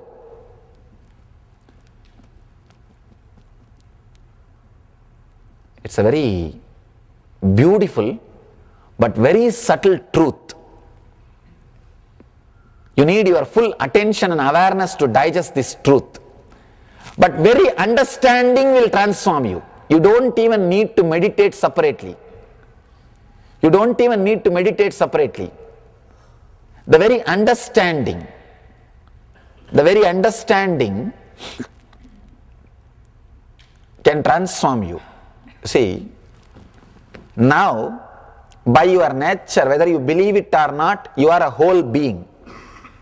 You are a conscious being. Any action, if you do with that whole being, without drifting into the past or the future, the whole, which is your being, even if the action is done, you will remain as a whole. You will not become half. Purnamata Purnamitam. You will remain as a pure conscious being. But when you do some action, if you drift away in the past or the future, you will become part. You will not remain as a whole. Then samskaras are written on you. Then karma is created. You have to do the same action once more because you have not been in that whole state when you did that action. When you were smoking, if you were completely into that smoking, there was no other past or future, the whole was doing something holy, then you are not engraving or creating a karma or the memory. You are liberated from that action. You will not be inspired or forced to do the same act again. If you are half off when you are doing some act, naturally, because you have done only half, you have not achieved the full satisfaction, you will carry that you will carry that engraved memory, which will inspire you, force you to do the same act, to feel the fulfillment through that act. That's all. That is the meaning of Purnamata and Purnamitam. Purnat Purnamudachyate Purnasya Purnamadaya Purnamevavasishyate. If you remain as whole, if all your actions are whole, with a whole integrated being, you will remain as whole. Anybody who remains as whole, whatever he does is holy. Understand? Paramahamsas are not classified or understood by their action. They are understood by their being. Paramahamsas are recognized by their being, not by their doing. That is why when Shankara is defining Paramahamsas, when he writes his Viveka Chudamani, he defines Paramahamsa. They are like Pichasa, Balaka and Bagula. See, they are like a ghost, mad and kids. All these things put together and something more. Means what? You can't define them. You can't define them. And in Paramahamsa Upanishad they say, no scale or rule or restriction binds them. They are completely liberated. They just live. They just live. They breathe the beautiful air of freedom, liberation, Swadantratva. Free is not the right word for Swadantra. Especially in this country, free word is too It has got too much meaning, different meaning. Only one thing, whatever they do it whole, that's all. Because they are whole, no samskara or karma gets engraved in them. They are not bound by anything. They are just full, complete. Their inner space is full, overflowing with joy. Understand? Anything you do half, karma is created, because that memory will make you go through the same act again and again till you feel completed. Whether it is a seeing or listening or smelling or tasting or touching, if you are whole, you are liberated. That is what Shiva says here. Wherever satisfaction is found, in whatever act, it may be when you see some of your friend, or when you see some scene, or when you hear some music, or when you smell some smells, or when you taste some food, or when you have some pleasure by touch, anything it may be, or when you are sitting and thinking or remembering something, anything may be, the moment you feel something is giving you satisfaction, just sit with that, go into that feeling of satisfaction. As I was telling you, two things will be recorded in you. The memory of the object, the memory of that satisfaction, that experience. If you are drinking tea, the memory of the tea and joy which you experienced during drinking tea. If you fill your whole being with the joy or satisfaction, there is no space for the memory of the tea to get inscribed. So the quality of your enjoyment or quality of your experiencing, the quality to experience will become sharp in you. So any small object can bring the same ecstasy in you. For Paramahamsas, you don't need big things to make them joyful. Just a small flower is okay.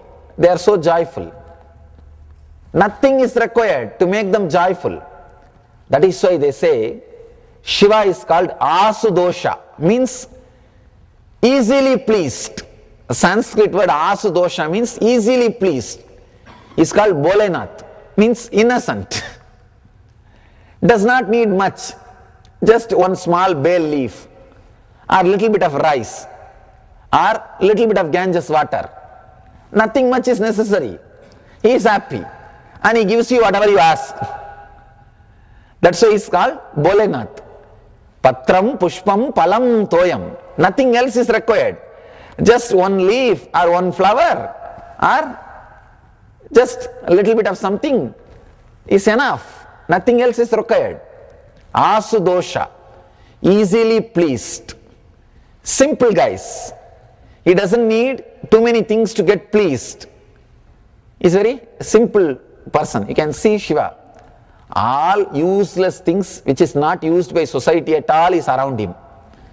Rudraksha, which has no value. There is no economical value, which is just lying all over. Is that all? Is abharanas, ornaments, and all the snakes which nobody wants. Is his friends, and the place where he lives, burial ground, which nobody wants to go. That is the place where he lives. What is his cosmetics? The ash from the burial ground, which nobody will touch. And who are his friends and companions? Bhutas. And the bhutas, which nobody wants to even relate with. So he is happy with all those things. He does not need. He says, anything you think as useful, please you have it. Whatever the society thinks as useless, whatever is discarded, thrown away, he says, yes, I'll take care. That I'll enjoy. He's like a waste management guy. He doesn't bother about all useful things. That let people enjoy. I don't need. All those discarded, useless things, he is very happy with it. He doesn't need too many things to please him. Asudosha. Simple things are enough. Because his quality to enjoy is so beautiful, so sharp, he does not need quantity. Whenever the quality of enjoyment, the quality to feel is intensified in your system, the quantity or the need will disappear in you. If you need more quantity, whether it is food or sex or music, be very clear, your quality to enjoy is less. Because your quality to enjoy is less, you are asking for more quantity. Here Shiva is saying, increase the quality to enjoy. Means, just for next 3 days, decide. Just next 3 days, nothing else. 3 days, decide, I will not accumulate more stuff into my hell. No, we are accumulated hell, understand. Accumulated hell means all negative things we have accumulated. Even if we don't have enough, we borrow from our spouse. And they are ready to supply, they have a lot. And they are waiting to supply. And they have so much, they are waiting to supply. Just for 3 days, do not accumulate and connect and see all your dissatisfaction and suffering. Just 3 days, decide, morning till night, whenever you find some satisfaction and you do really find at least hundreds of time in your day-to-day life. For example, you felt thirsty, just you put little water in your mouth, just feel that satisfaction. You want to see your son or daughter or the person whom you love, you call them or you talk to them, you see them. The moment you see, you feel the satisfaction. Just imbibe it. You are feeling hungry and you are putting the food into your mouth. Once you put the food and just see how it travels and how it gives you the satisfaction. Just go into it. And there are so many other acts where you find some satisfaction, some joy. Just go into it. Even the small acts. Just go into it. And close your eyes and sit for a few minutes. And just enjoy that satisfaction. Slowly relax, unclutch from the object. Just enjoy that feeling. The quality to enjoy. Next 3 days, decide that you will experience, go into the satisfaction wherever you find it. Whatever act, wherever you find satisfaction, just sit and cherish. Be filled with it. Just let your being overflow. Let your whole mouth be filled with that amrita. Whenever you feel joy and satisfaction, your mouth will be filled with that saliva. It's called amrit. But you always experience only the poison, means the saliva which comes for asking something. The saliva which comes in your mouth asking something is poison, which comes in your mouth by feeling fulfilled is amrita. Anytime the saliva is filling your mouth by some joy or experiencing something, overflowing, it's called amrita.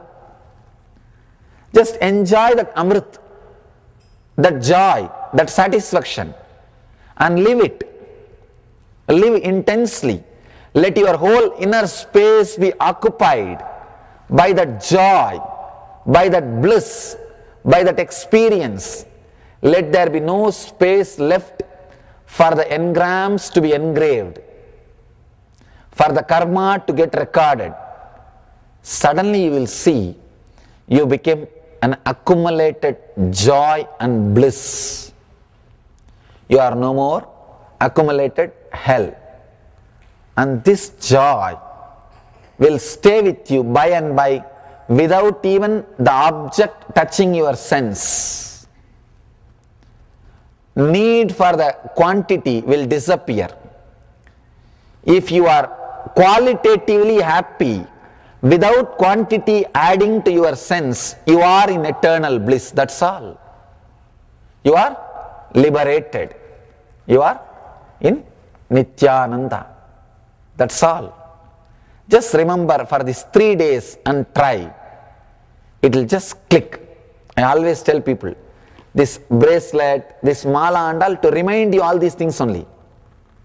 When you take that bracelet, remember for next 3 days, whenever I see this bracelet, I'll remember to be in Nityananda. If I'm wearing the mala, I'll remember to be with the satisfaction, with the quality instead of quantity. If you are reminded by all these things, only then they are spiritually useful for you. Otherwise, just one more ornament to brag about. No. It should be spiritually useful, directly. That is the reason you are given all these things. Directly, it should remind you about the higher ideals or the lifestyle which you took. Understand, these 3 days, remember and play with this technique. Suddenly it will click and open the new door.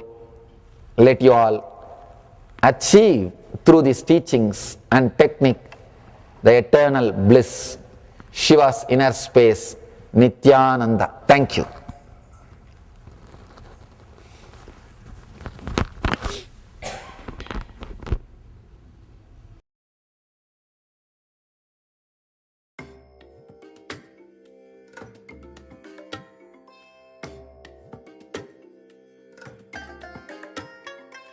I bless you all.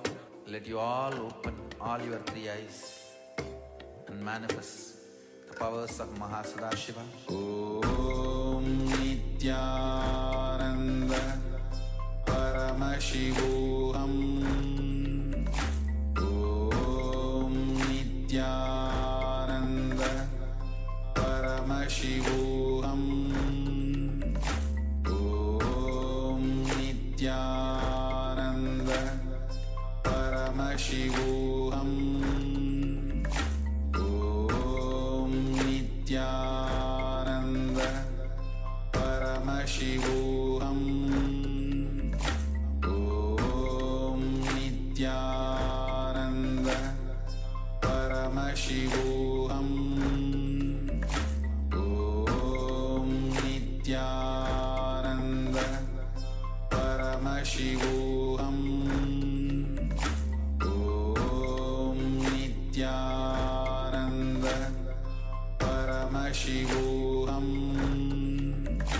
Om Nityananda Paramashivoham.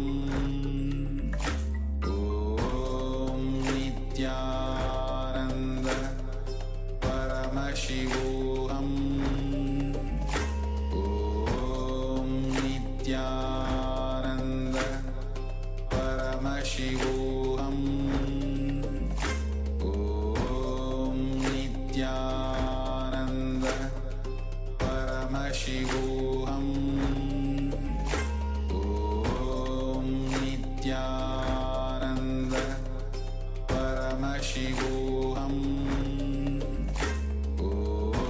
Om Nityananda Paramashivoham. Om Nityananda Paramashivoham. Om Nityananda Paramashivoham. Om Nityananda Paramashivoham. Om Nityananda Paramashivoham.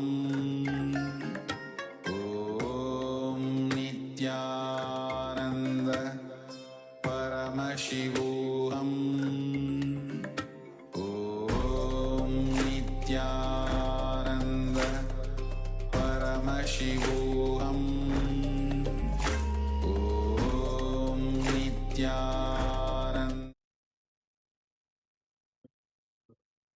Yes.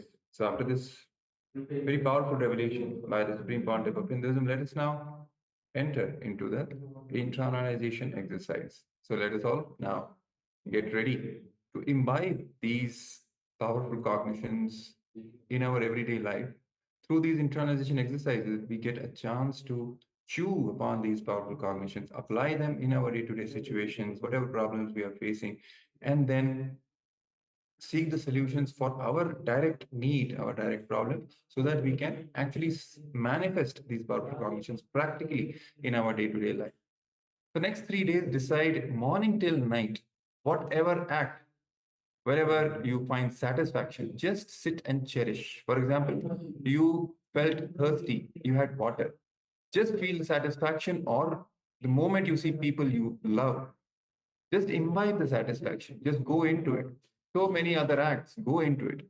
Close your eyes and just enjoy the satisfaction. So there are so many things which we feel satisfied about, right? Whatever we like, when we achieve that, if we love someone, we are spending time with them. We feel that fulfillment, that satisfaction in that moment. Go into that satisfaction, completely feel it, imbibe it. Same to say about any other desire. Let's say we are feeling thirsty. So the moment we have water when we are thirsty, that satisfaction we get, completely go into that satisfaction, right? And in that moment, close your eyes, just enjoy the satisfaction, then unclutch from the object. Object means the reason why you are feeling that satisfaction. If it is drinking water when you're thirsty, the moment you feel that satisfaction, enjoy it fully and then unclutch from the water itself. Just be with the satisfaction, that feeling, and decide. You will experience into the satisfaction wherever you find it. Be filled with it. So this is the kind of a meditation also you can try whenever you feel that feeling of satisfaction. Let's now also say, try. Pick any 5 acts that bring satisfaction to you and imbibe, cherish that satisfaction. For example, receiving the darshan of Swamiji. It brings you deep satisfaction and fulfillment, joy. Or reading a powerful cognition from Swamiji. Or having simple cup of coffee if it brings you satisfaction. Any 5 acts, these kinds of acts, choose, you can pen them down. Then one by one, go into that feeling, visualizing that you are engaging in that, feeling the satisfaction out of it, and then go into that feeling of satisfaction. Once you're going into that feeling of satisfaction, then unclutch from the object, the reason why you're feeling satisfied. Just be with that feeling of satisfaction, cherish it, imbibe it.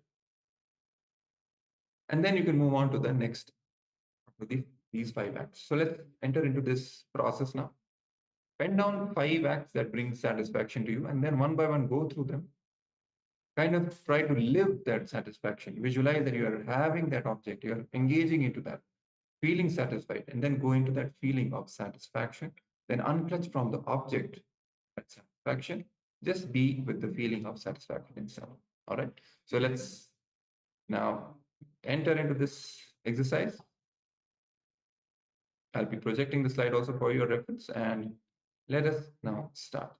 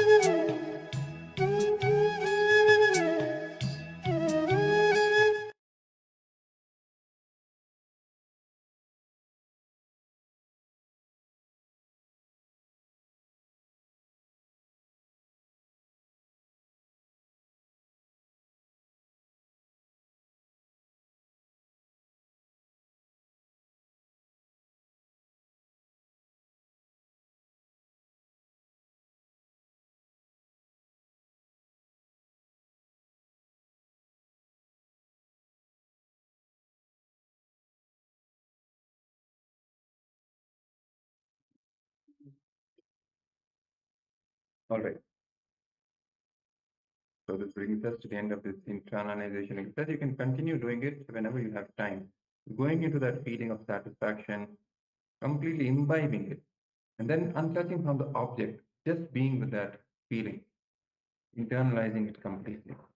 All right.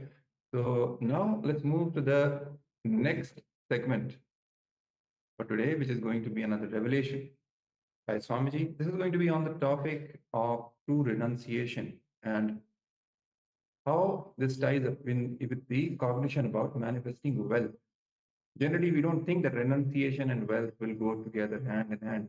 But here is where Swamiji gives us a very powerful cognition about building the right relationship with wealth and how that is directly related to true renunciation. It's a very interesting segment which we are going to have. Please come to the space of listening. It's a very powerful revelation from the Supreme Pontiff of Hinduism, which we are going to receive. Let's sit straight with our head, neck, and spine in a straight line, and let us watch the video.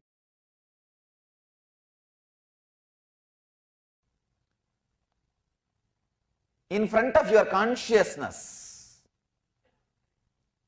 the mind brings wrong ideas. Means it's called wrong knowledge. But in front of your consciousness, whether it is right or wrong, anything is experienced is imagination. Except consciousness, anything experienced is imagination. Please understand. In front of your consciousness, if your mind brings wrong ideas, misconceptions, it is called wrong knowledge. Means for a wrong knowledge to happen, your consciousness needs to be present and mind needs to do something. But for imagination to happen, vigalpa to happen, nothing needs to be done. Anything experienced by you other than your pure consciousness is vigalpa. That is why we call samadhi state as nirvigalpa. Please understand. He is taking us to a very subtle plane. Sometimes you may not have wrong knowledge, but you will have imaginations. You may not have wrong knowledge, but you will have imaginations. A small story. One guy walked into the bar, sat next to a man who was sitting with a dog at his feet. This guy asked, "Does your dog bite?" That guy said, "No." This guy bent and patted the dog, and the pet bit him. Just bitten him. This guy shouted, "You said your dog doesn't bite? It has bitten me." That guy said, "Yes, my dog doesn't bite, but this is not my dog." You may not have wrong knowledge, but you have your own imagination. Understand? Your own imagination. Many times, vigalpa brings more suffering. Today I have a lot of stories on imagination. Imagination is my favorite subject. Because so much of suffering can be avoided if you understand imagination. If you just understand imagination. Viparyaya, even Viparyaya is not that deep. If your mind can be relaxed from constant movement in the conscious layer, you can come out of Viparyaya. But Vikalpa, even your sleep is Vikalpa. Please understand, Viparyaya can happen only in your waking state or dream state. But Vikalpa can happen even in the deep sleep state. Even if a deep sleep is a Vikalpa. Viparyaya can touch only your conscious mind and subconscious mind. Means wrong knowledge can touch you, can disturb you only in the waking state and dream state. But Vikalpa, imagination, can disturb you even in the dream, even in the deep sleep state. Sorry, not in the dream, even in the deep sleep state. It can disturb in all three states. You may think, how can Vikalpa, imagination, disturb me in the deep sleep state? Sometime when you are out of deep sleep state, you will say, it was suffocating, as if somebody was pressing me. It is not a dream. If it is dream, you can remember and tell. It will not be like a dream. It will be like a deep suffocation. That's what we call Vikalpa. Means imagination. Many times you imagine things. You imagine things. I have one more story for you about imagination. I'll read it out. It will be very nice. One guy goes to South Africa and sends a letter to his mother saying, "Dear mother, I am sending some pills which doctor gave. And if you take one, it will take years of your life." After a month, that guy comes back home. He sees beautiful young women outside his house sitting with a baby. And this guy comes back and asks, "Where is my mother?" She says, "Don't be silly, I am your mother." And those pills were marvelous. This guy says, "Oh God, I can't imagine. Only one pill. You are able to have a baby." She says, "Are you crazy? That is not a baby, that's your father, he took two."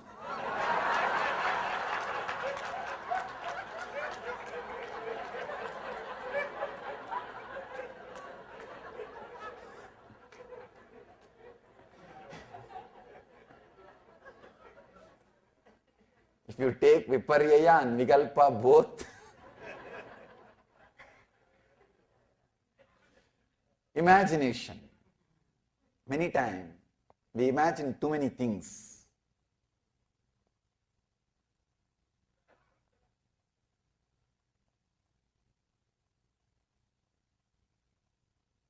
Vikalpa can touch deeper zones than Viparyaya. Means imagination can touch the deeper zones than wrong knowledge. Wrong knowledge is more like a logic. When you have a wrong logic, it's a wrong knowledge. But the Vikalpa, imagination, is deeper than wrong knowledge. Patanjali says, imagination as opposed to reality is the result of mere words that is known as Vikalpa or fantasy. Vastu sunyo Vikalpaha.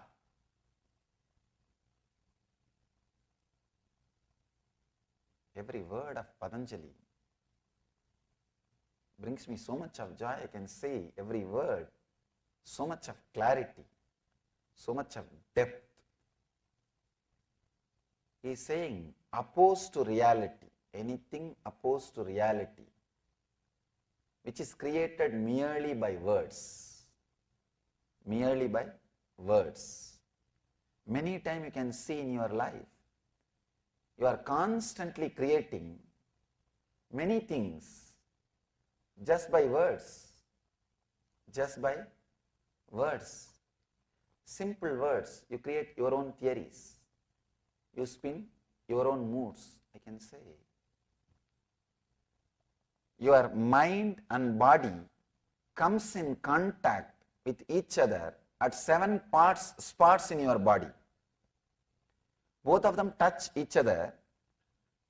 7 spots, that is what we call 7 energy centers. In yoga tradition, they call that 7 spots as 7 energy centers, and they call it as Chit Jada Grandhi, where the matter and consciousness meets each other.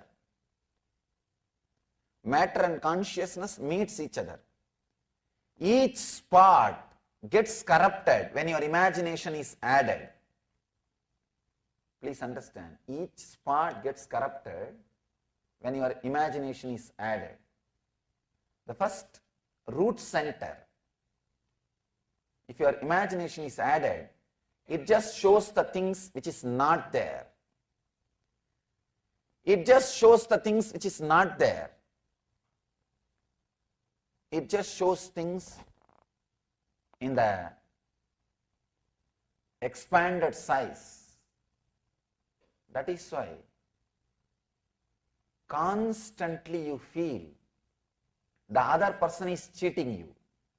Other person not giving you your proper share. Other person is depriving you. In any relationship, you always feel the other is not fulfilling you. Please understand. It is your fantasy. When imagination is added to your root center, you start expecting the things which can never happen. Which can never happen, or which never happened, which will never happen. You start imagining things. You start projecting things. You start creating things. And when you see it is not happening through the other person, you start blaming the other person. You start cursing the other person. Imagination added to your greed is fantasy. Imagination added to your fear is, we can say, the main reason for all the phobias. When imagination is added to your fear, it becomes phobia. Constantly you are feeling frightened. Constantly you are feeling frightened. I have heard one more story. You have one more story. A man walks out of a bar and sees a bum panhandling on the corner. The bum says, "Mister, do you have $1? You could spare me." The man thinks about the question for a bit and asks the bum, "If I give you $1, are you going to use it to buy liquor?" He says, "No." The man asks, "If I give you $1, are you going to use it for gambling?" The bum says, "No." The man says to the bum, "Do you mind coming home with me so I can show my wife what happens to someone who does not drink or gamble?"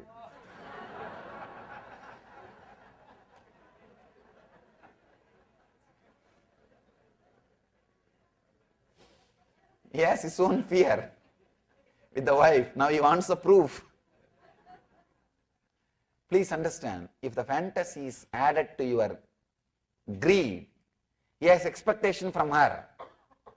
If the fantasy is added to fear, he is completely frightened by her. But she is the same person. The other person is same.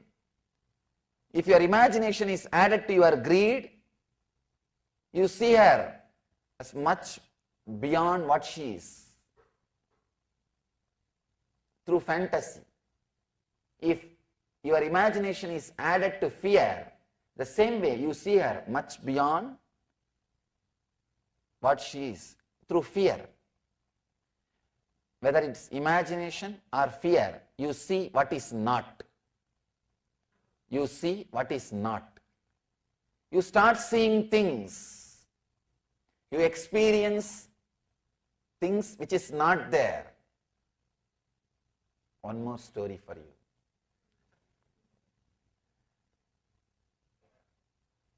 Every day this guy comes back home after fully drunk.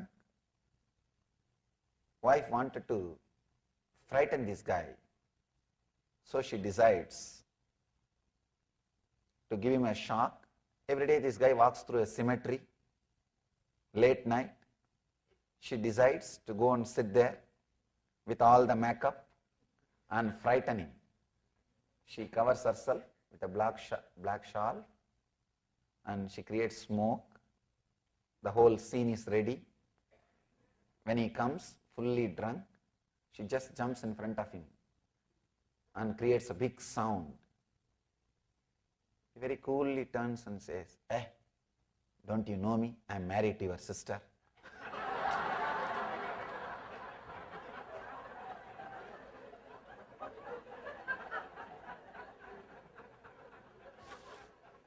When your imagination is added to fear, again you see what is not there. Even small things feels like a torture. Please understand, if your imagination is added to greed, even simple things feel like a heaven. Many people come and tell me their experiences about their vacation and all those things.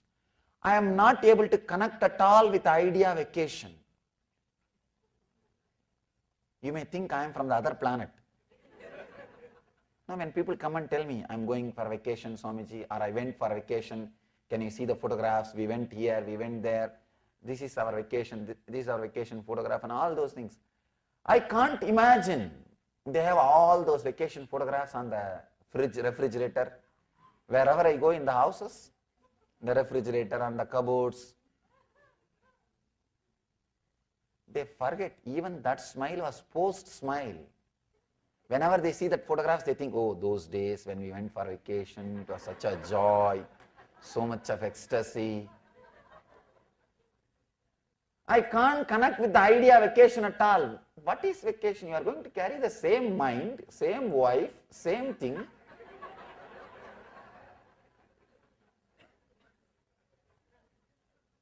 If you are sitting and worrying in the house, it is called homework. If you are sitting and worrying in the office, it is called business. If you are sitting and worrying in somewhere where you don't know, that's called vacation. I can't connect with that idea of vacation at all. Many times people try to tell me, why don't you take vacation, Swami? I tell them, what will I do? Even if I go there, I'll gather few people and start talking about something. Then let me sit here itself, at least people will be more comfortable in the hall. Instead of sitting somewhere where people will not have comforts, where I will not have microphone.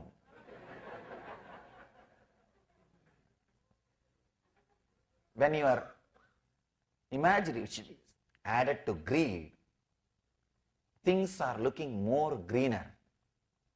Things are looking more joyful. Even small action, even one simple rose, you say, oh, she loves me. I love her. Still I am not able to understand at all these words, all these giving one card, giving one rose. I don't know how the love is conveyed through that, or love is felt through that. I can't relate with that idea. People say, no, you are too insensitive, Swami.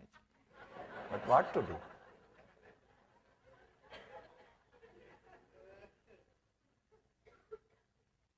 When imagination is added to your greed, everything looks sweet. Everything looks fantastic. You feel the other person is angel.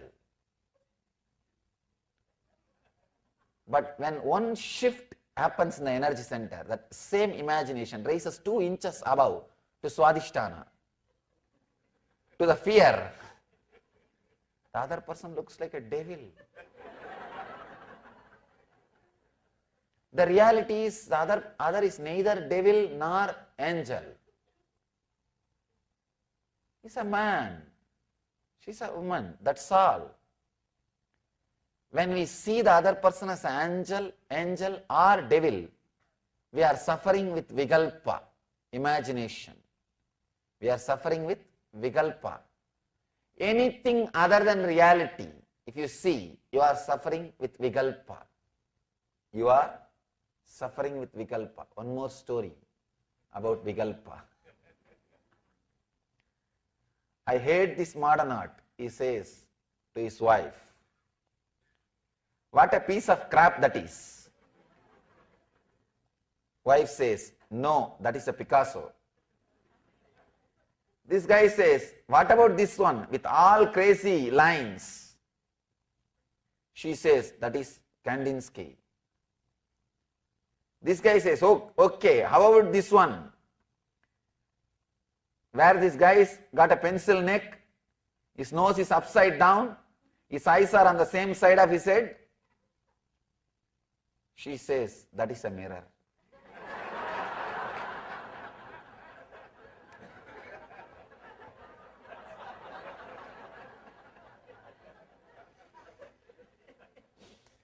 He was continuously criticizing everything. He doesn't know it is a mirror. Please understand, the big problem is when you are caught in the greed or fear, not only you will suffer with the other person, you will suffer with you also. When this guy was criticizing all the modern arts one by one, he did not even have awareness to see it is a mirror. He was criticizing.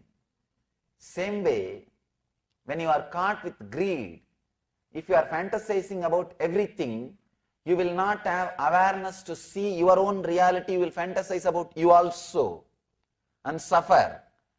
Fantasizing about you and suffering is the worst suffering.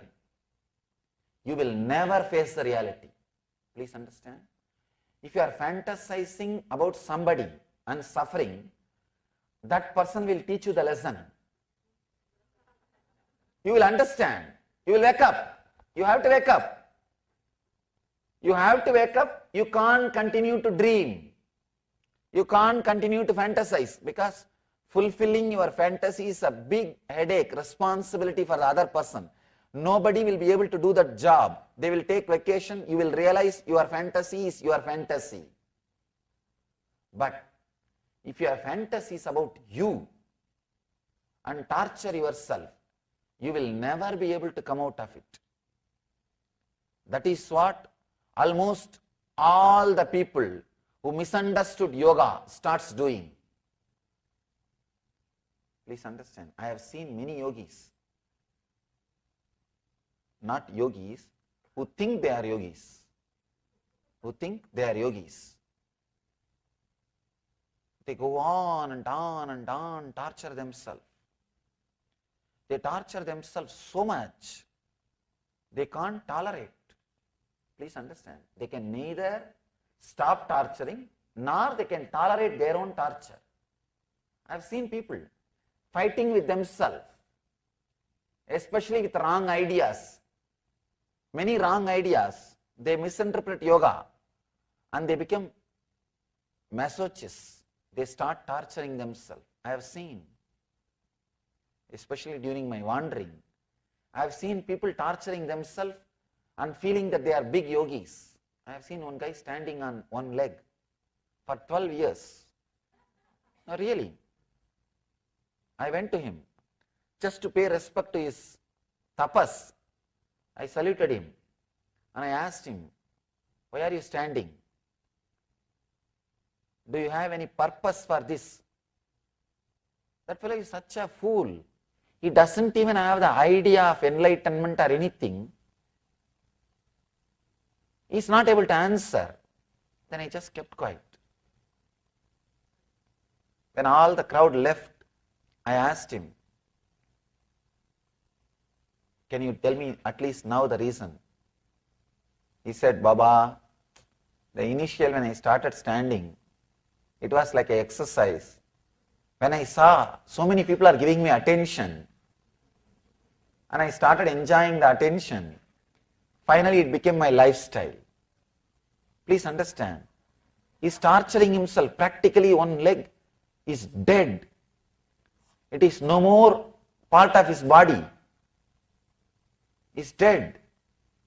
He's crippled. But this guy goes on thinking he is doing some great thing.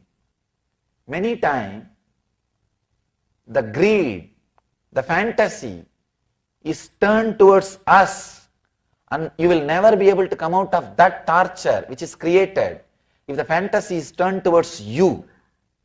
I can say that's the worst thing.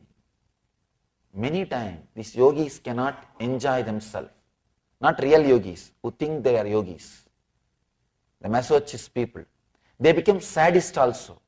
They start torturing others. Actually, one incident happened the other day. From January till March, all of us, I think big group of our devotees and brahmacharis and brahmacharinis, all of us were walking, doing padayatra. During the yatra, we were crossing one city. There was a temple. Some of my brahmacharinis, young girls, took brahmachari diksha. Those girls were just laughing and walking, doing the yatra. There were few guys who think themselves as yogis. There's outside every temple in South India, you will see one bunch of beggars sitting in the yogi dress. And they talk all great Vedanta. They will be torturing themselves and torturing others. One bunch of fools were sitting like that. And my brahmacharinis were walking with the kavi. And they were joyful, happy, because they are living real yoga. And these guys saw them. They are so happy. First thing, these young kids are so happy. They can't tolerate. The second thing, they can't tolerate sannyasis can be so happy. That's another one big problem. So one guy started telling, see these Nityananda Swamis and Swaminis, wherever you go, they are there, laughing, joking. The other guy said, better, because they know the route we were walking, the other guy said, better let us go away to Salem. There we will not see these guys. We don't have to see these guys. The other fellow commented, no, he is popular there also. There also you will see people with his sannyasis, his devotees. The other guy said, no, let's go away to some other state. Only then we don't have to see these guys. Again, this fellow commented, no, in other states are also. He is very popular. You will see his devotees there also. Suddenly my brahmacharinis, they were keeping quiet. Now they said, it is too much. They turned and said, go to hell, you will not see our Swami's devotees there. That is the right place you need to be. Many times, these so-called yogis, they torture themselves. Please understand, the vikalpa needs to be understood in a very deep sense. Imagination not only related to others, imagination related to you also will bring torture to you. You will be torturing yourself. When you torture yourself, naturally you will give that to others. You won't give headache to others if you don't have one. Please understand. You can't give it to others if you yourself don't have. If you are giving it to others, you need to be clear, you have one. Many times, the so-called yogis start torturing themselves. if you have fantasy towards others, at least they will teach you that it is a fantasy, come down. But if you have fantasy about yourself, there will be nobody to teach you. You will continue to torture yourself. You will continue to suffer. You will continue to suffer with that vigalpa. And the next level is much worse. If you have fear about others, at least at some place where the other person is not there, you will be free. You will not have that fear.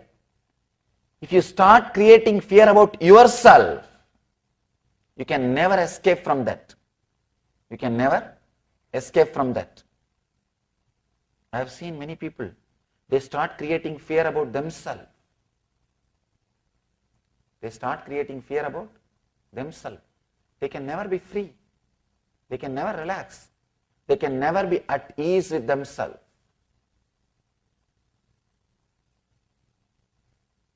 It's I can say, the worst hell. If they start creating fear about themselves, they can't live in joy, live in bliss. This story, beautiful story. One Zen master was walking near a river. One young lady was standing. She asked him, please can you help me to cross the river? The master was with his disciple, young disciple. Master said, no problem. He just carried her and left her the other side, came back. His young disciple can't tolerate. An enlightened person, a monk, how can you lift her? How can you touch a young lady first? How can you lift her and help her to cross the river? He is not able to tolerate, but somehow he kept quiet. When they reached the monastery, he asked, how can you touch her and lift, help her to cross the river? Is it not wrong? The master looks at him and says, I left her long before, why are you still carrying her? I left her there itself, why are you still carrying her? He has his own fears about himself. Please understand. He has deep fears about himself. That is why he can't relate with the reality. He can't relate with the other person. He can't relate with the other person. In Ramakrishna's life, there is a beautiful incident.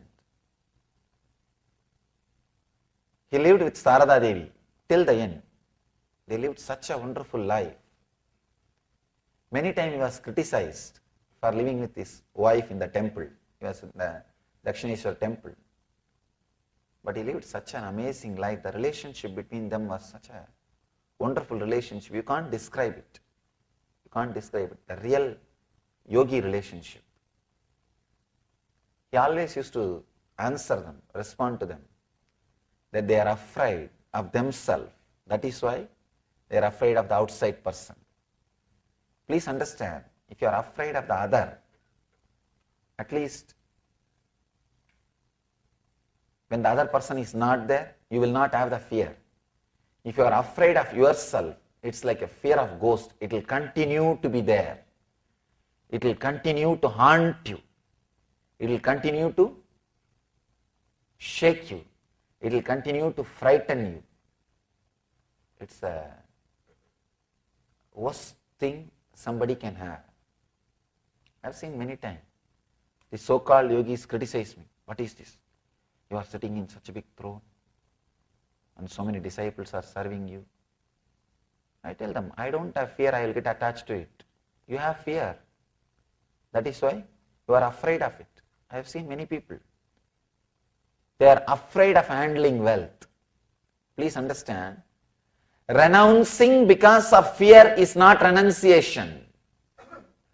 Many times, people don't want responsibilities, not because that they don't want the freedom which responsibility gives, just because they don't know how to handle the responsibility, the fear of responsibility. The fear of life, they start acting, I renounced everything. I have seen in Himalayas, the so-called yogis, they leave their house, everything, and come and settle down in a small temple. They will settle down in Himalayas. They will sit outside the temple for their food, taking bhiksha, for begging.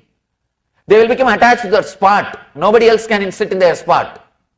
They will fight for that spot. They left their property. They left their house. They left everything and came here. Now they will be fighting for the 2 feet by 2 feet place. Means what? They did not renounce because they don't want. They renounced because of the fear of responsibility. Many times you start renouncing because of fear of responsibility. No. When you are sitting in this, one side you may have the fear. Two kinds of fear. One, you need to maintain this. Second, you may get attached to this and start suffering. If you are renouncing because of these two fears, no, that is no way going to help. I have seen many people renouncing for various reasons, but it is not renunciation. It is doing the same thing through the other way. I have seen people, they renounce all their gold, wealth, everything and come away to Himalayas with one kamandalu, water pot. But they will get so attached to that pot, they will wash that pot whole day and keep it shining. I know one Baba is called Kamandalu Baba. All he does is 6 hours per day he will wash that kamandalu. First he will wash with sand, then he will wash with tamarind, then he will wash with the powder, then he will apply ash on that. And he's like, that kamandalu, that water pot became his brand.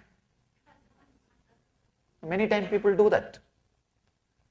It's not renunciation, doing it in the other way. I have one more story for you about that. This guy goes into a bar and orders 3 separate short glasses of Irish whiskey. He drinks all 3. He does this day after day after day after day. The bartender finally says, you know, I can put all 3 of those shots into one glass for you. The guy says, no, I prefer it in this way. See, I have 2 brothers. They are abroad. I love them. This glass right here feels that I am drinking for each one of them. I feel all 3 of us are together here and drinking. And the guy continues to come in day after day after day, does the same thing. The bartender also continues to set up 3 glasses.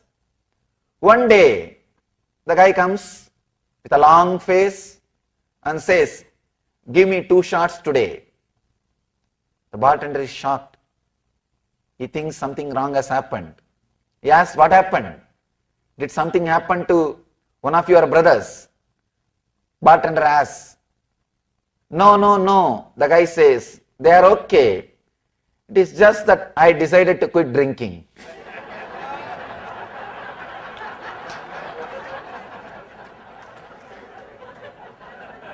Understand? All our renunciation is more or less like this. You decide to quit drinking, but you go on drinking. We renounce maybe the fear of maintaining or fear of attachment. If you renounce because of fear of maintaining or fear of attachment, please be very clear, you will be surely enjoying in some other way. That's what Krishna calls beautifully, mithyacharaha, hypocrite, who is renouncing physically but enjoying in some other form. I can say one of the worst curse happened to India is this mithyachara. In course of time, people have started renouncing because of their fear of attachment, fear that they may get attached, or that fear they have to maintain. Out of that, when they started renouncing, they never achieved yoga. And people have started thinking, this renunciated, these guys have become yogis. No.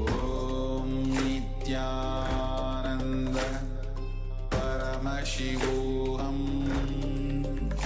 Om Nityananda Paramashivoham Om Nityananda Paramashivoham Om Nityananda Paramashivoham Om Nityananda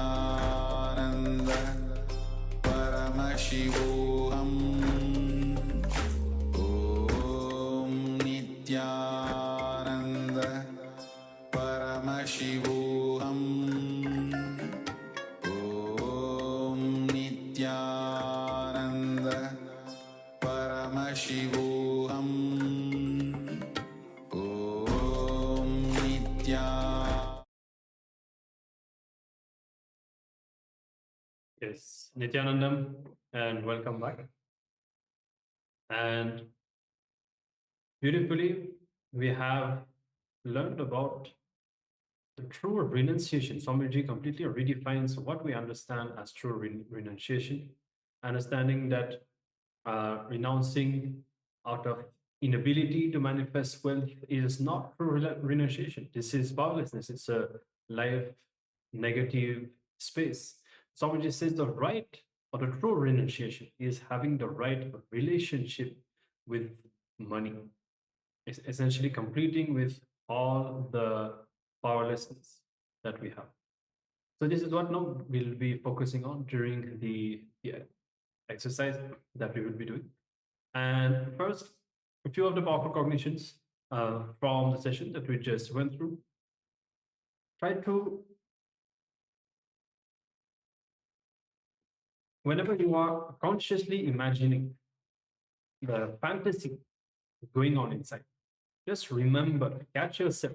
Remember that you are not visualizing something consciously out of your decision to manifest, to make it as your reality. It's just a fantasy, thinking about something that you are not going to take responsibility for. And Swamiji clearly reveals that this is one of the main patterns that stops us from manifesting or attracting what we want. In this case, wealth. That we don't have we are not visualizing something with a conscious intention to take responsibility for it. Instead, we are just fantasizing, imagining inside, and that naturally is not going to manifest well. Now, somebody says, just remember and relax from it. Catch yourself when you are exercising and relax from it. You will see, you do that just for 11 days, somebody says, suddenly you will see, even in a dream also, you will have the same idea. You will catch yourself in a dream as well. And that will be the proof.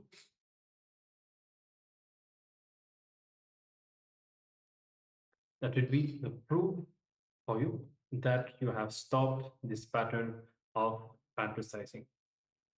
Now, the exercise, the first step is going to be, understand if you are constantly, strongly remembering some idea in the waking state continuously, in the dream also, you will remember that same idea, as somebody was explaining in the session.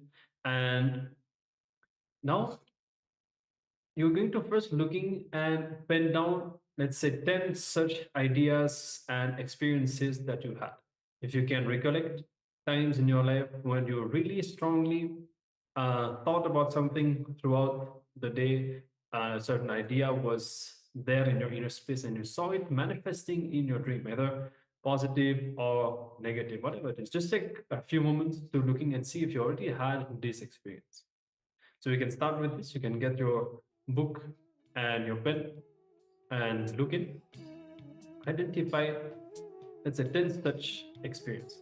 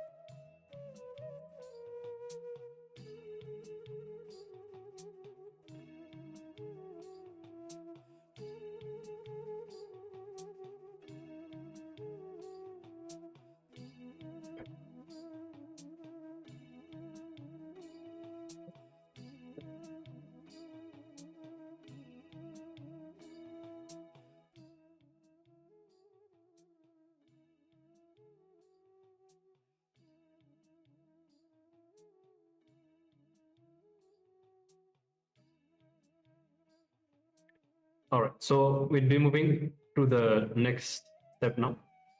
Now, analyze how your imagination is creating suffering. So now you have already looked inside yourself to try to find out some of the experiences, moments where you had an idea in your mind the other day and it reflected in your dream. Now, this pattern of imagining and fantasizing, how it leads you to suffering, how you visualize things in your mind when you put yourself down in suffering. Okay, so find out as many incidents and experiences as you can, write all of them down.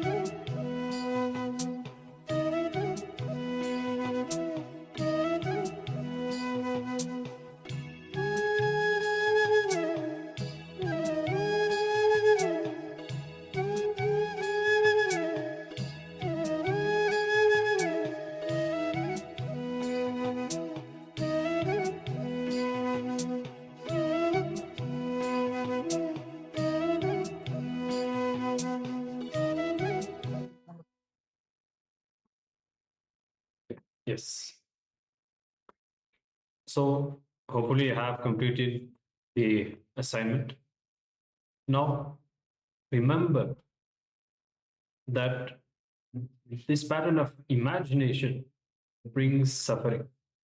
Now you need to catch yourself every time that you are going to engage in this pattern. And you will see that over a few days, if you consistently catch yourself, the energy which is wasted because of these fantasies will start being redirected towards what you really want. So if there is anything that you'd like to share or ask about the session, you can feel free to do so. And we'll be moving into the next session, understanding about another pattern that acts as a strong block for us to manifest wealth, which is the pattern of comparison and jealousy. And how, due to this pattern, we sometimes, for example, let's say that you have a neighbor who has a big house, big car, who looks very successful on the outside. Then if you feel jealous, you may spend your whole life working to acquire the same thing or to achieve the same things, but missing on your own purpose that may have been completely different. And whenever you are caught in this pattern, your Vishuddhi chakra is locked and you lose your ability to be in high energy all the time, expressing your own uniqueness. And first would be receiving the understandings, powerful cognitions from Swamiji. And after that, we'll be entering into a powerful meditation technique so that we can complete with this pattern and awaken our Vishuddhi chakra.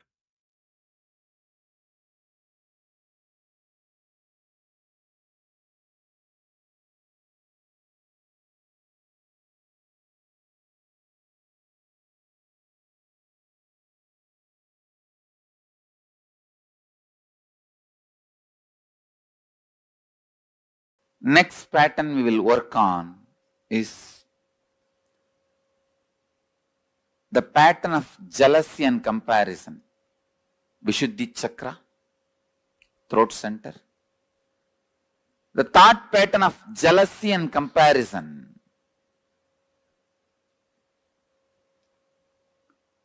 I tell you, most common and unaware engram is jealousy, comparison. It starts again from the early childhood. When your mother says, eat well, only then you will become like your elder brother. Study well, only then you will become like your father. Comparison is one of the most common and most unaware engram. You compare wealth, you compare in health, you compare in beauty, you compare in education, you compare in intellect, you compare in practically everything. But you need to understand one thing.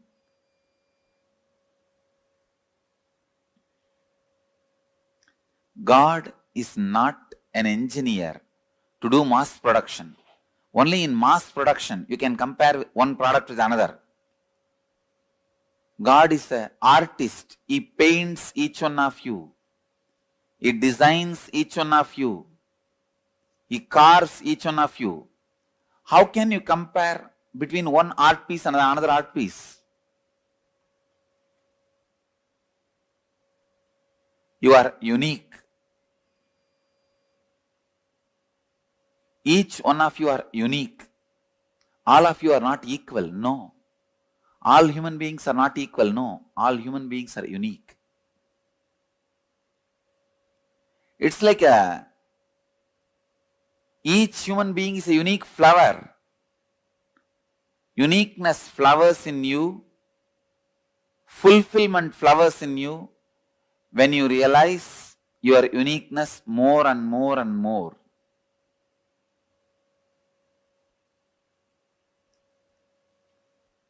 If you dig out the comparison engram, you will understand. Sometimes you waste years of your life just because of comparison. Your neighbor has a big house. Even though you don't need, you waste so much of your time, energy, putting it and investing it in a house. Finally, when you have that big house and are not able to maintain it, when you are not able to maintain, when you realize you don't need that big house, you feel, oh God, 8 years of my life I wasted in this. I really needed a car. I could have put little bit of money into the car. Instead, I put all the money into this house. Now I am not able to maintain.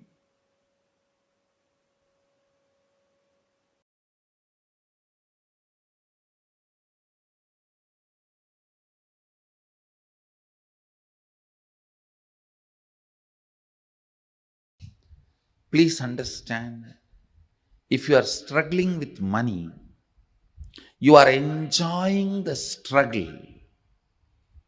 You are not interested in manifesting. Please at least understand you are enjoying the struggle. You will feel abundance with your struggles. Oh, I want struggles and I have enough, let me enjoy it.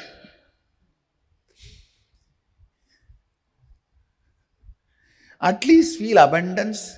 You want struggles, 2000 struggles around you, and you have 2500 struggles. Enjoy them.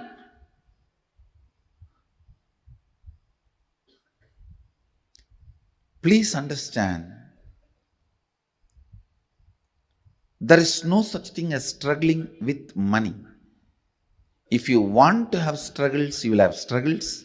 If you want to have money, you will have money. The people who have struggles, they want to have struggles, so they are having it. People who want to have money, they want to have money, they are having it. So, decide, you want to have struggles or you want to have money, you will have it. That clarity should come to your biomemory and muscle memory. You will have what you want. Next.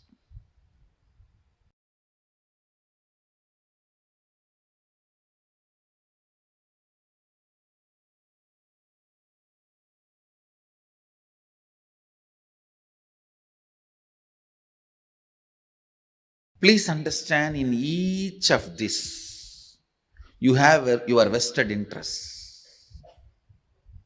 Many times, you visualize in poverty, you are free from all responsibility. You just want to be free from all responsibilities and commitment.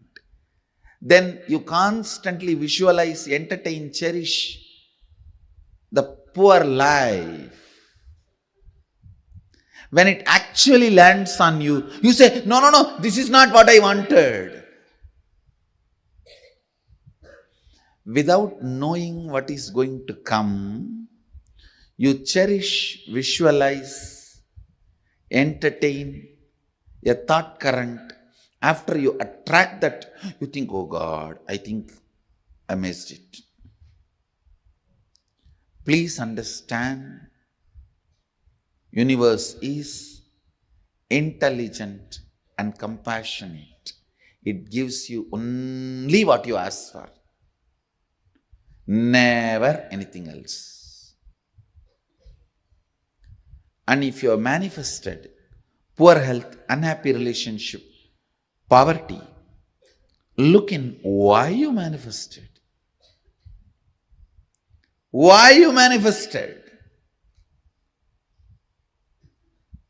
And dig it out from your muscle memory and biomemory, the root patterns.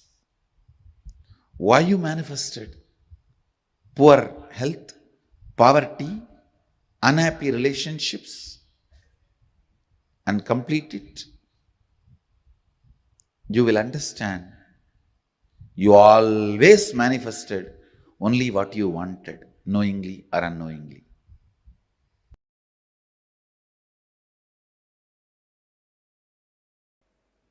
Throat center. A throat center. This throat center is blocked when there is a non-alignment between the imagination, expectation you carry about others and the others' expectation about you. Listen. Listen. When there is a non-alignment between your expectation about others and others' expectation about you, that is where the jealousy and comparison starts. Listen. You may have a superficial jealousy, superficial comparison, very superficial. Like while you are driving in a Mercedes-Benz, if a BMW passes by, a superficial comparison. But those things does not affect you. The root jealousy, the root comparison which affects you is the non-alignment of your expectation and the other person's expectation.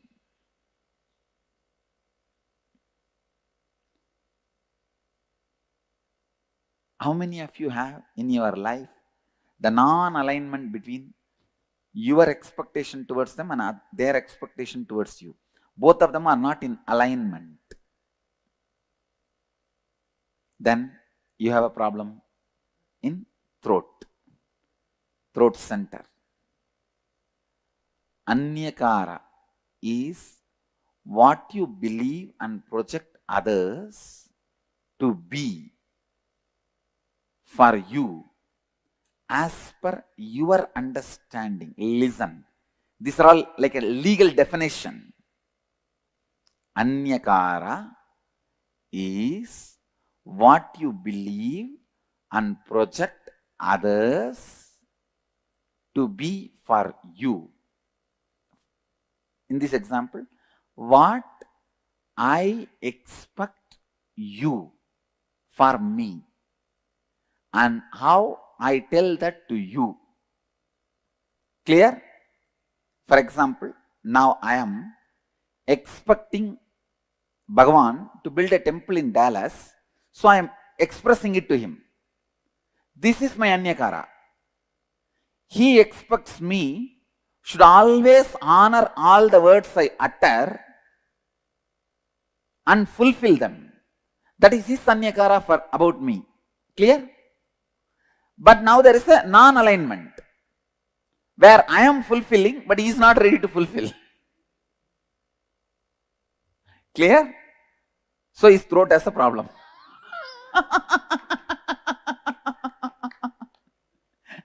Now, is there anybody who are not cognizing? But if he builds the temple and I don't honor this time keeping or what he expects from me, then I have a problem. I have to alter, transform and stretch. Clear? Here is a volunteer. What that volunteer expects from me is Anyakara about me. What I expect from him is Anyakara, my Anyakara for him. Clear? If I fulfill his expectation and he does not fulfill my expectation, his Vishuddhi has a problem. If he fulfills my expectation and I don't fulfill, my Vishuddhi has a problem. Clear? So always be stretching, fulfilling everybody's Anyakara with whom your life is involved. Clear?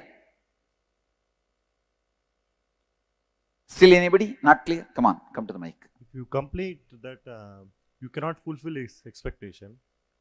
Then yes, if you complete it, then no problem. Then no problem. No problem. Even then, you are not expressing your capacity. You are integrated but not authentic. Understand? Now you will see. You will flourish in your business. You will flourish in your job. You will flourish in your relationships. In everything you will see because you have decided not to give up on you. Understand? You have decided not to give up on you. Understand? You saw the live demonstration of somebody opening their Vishuddhi center.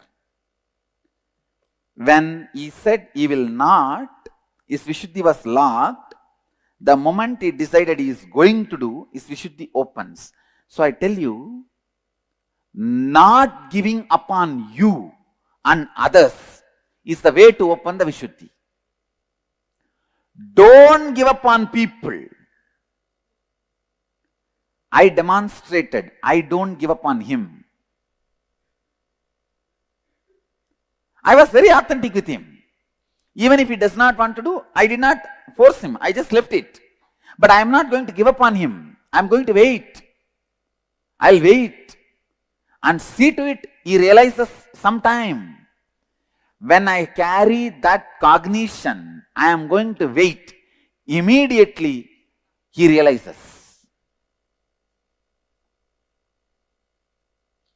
He realizes.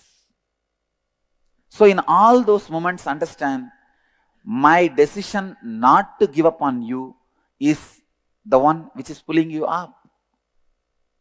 That is the rope. That is the connection. Clear? Now, I'll repeat. My expectation about the other person is my anyakara about him. The other person's expectation about me is that person's anyakara about me. When there is a non-alignment between these two, Vishuddhi has a problem. Who fulfills it as flowered Vishuddhi? Who does not fulfill as a collapsed throat center?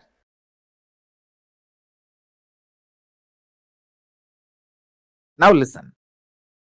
Let me come back to emotion retention and emotion fermentation. You get multiple types of emotions, almost all emotions every day. Sometimes lust, sometimes greed, sometimes fear, sometimes the multiple versions of fear, sometimes worry, sometimes love, sometimes attention giving, sometimes attention asking, sometimes jealousy, sometimes comparison, various emotions, sometimes the willpower, sometimes arrogance, sometimes frustration, different emotions I can describe. All kinds of emotions you get. But logically, through your conscious decision, the thought currents or emotions which you cherish stays inside you and starts getting fermented. The good news is, no emotion gets fermented inside you. No fermentation of emotions happens inside you without your conscious support. You should understand that.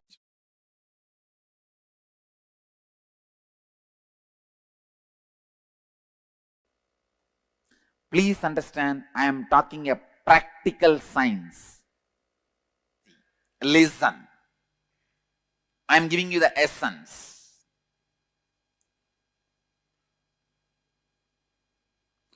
Whenever there is an inauthenticity in anyakara, you end constantly comparing yourself and your life with others.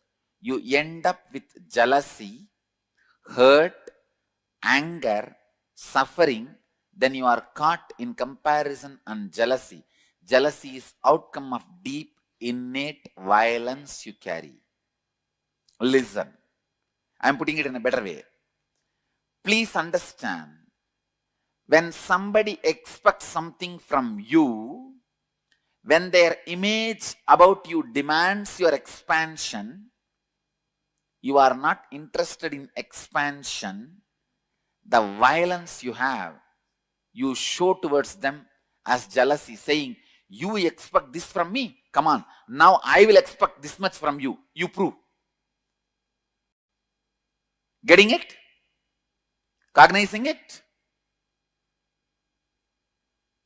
How many of you are cognizing it? Jealousy starts to justify, listen, jealousy starts to justify you not fulfilling others' image, or, listen, jealousy starts to justify you not fulfilling others' image. Understanding? See, I will not fulfill what he wants from me because he does not fulfill what I want from him. And I will expand what I want from him before even thinking whether he is going to fulfill or not. If he has 10 million, I'll put it as 100 million I want from him. Then go there and say, see, he's not fulfilling my 100 million, so I'm not going to fulfill what he wants from me. Getting it? Cognizing it? Jealousy starts as the justification. Clear? Then it becomes a violence to declare your supremacy. Let me tell you, cognize, listen. First, hey, you have 10 million. If I ask 10 million, you may give. No. I'll ask 100. So you can't. So now, because you are not fulfilling, I can justify why I am not fulfilling. Why I am not expanding me to you? Because you are not expanding you to me. As a justification, jealousy starts. Then you have justified to many people that why you are jealous. Why you are jealous. Why you are jealous. You are justified to many people. And many people have fallen with your argument. And they say, all right, you are right, you are right, you are right. Then the jealousy doesn't keep quiet. It declares, now I am the supreme. Listen. For example, I say, hey, give me 100 million. You are not giving. So now I am also not going to fulfill your image about me. Then this fellow, yes, he says, yes, right. He falls. Then second fellow comes. For him also, I am not going to expand to you because you are not expanding to me. Justification. He falls. So one by one, when people start falling, suddenly you declare, hey, I am the most supreme. How many of you are cognizing it? Do you see in your life, in some areas, you have declared supremacy? At least one area you have to declare supremacy to keep yourself alive.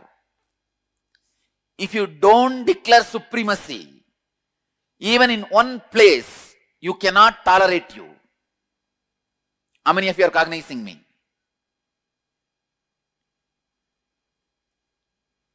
Clear?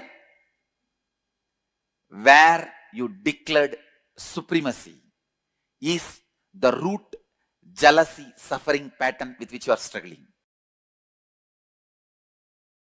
Listen, look in and verify at least 2 situations that happened in your life where you experienced jealousy and used it as a justification mechanism. Means, he is not fulfilling, why should I fulfill? I am justified. Some way. And look in and identify, write down how this jealousy became a defending mechanism, defending you from your own inauthenticity. When you are not coming for morning yoga, you say everyone is not coming, then what is the wrong? Nothing wrong. I also don't need to come. This is the level of the human awareness. I tell you, even the collective consciousness theory is nothing but your justification of jealousy, saying that everybody is like that only. I was also like that. And the third, look in and identify and write down how your defending mechanism protected your inauthenticity and how you declared supremacy of your inauthenticity.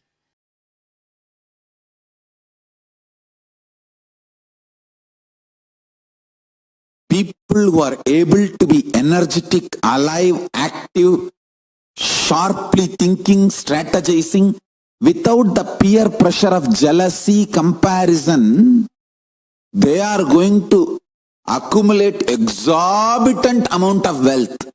Understand?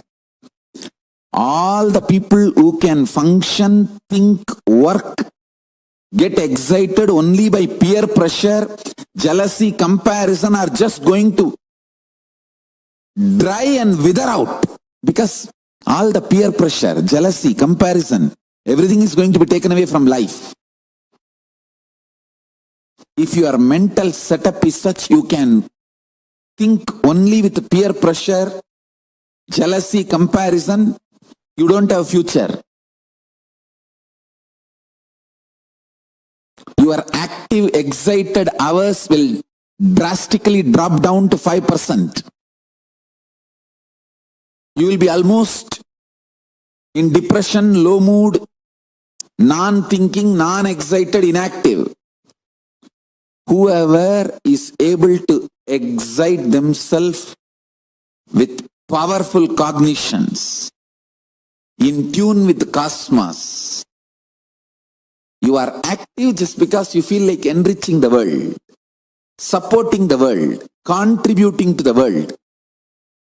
If your mental setup is based on contribution, enriching, spiritual strength and excitement, you are going to be active continuously and you are going to accumulate exorbitant wealth.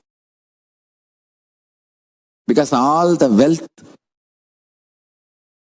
of the peer pressure based gang is going to be left. It's going to melt down. The peer pressure based industries will melt down.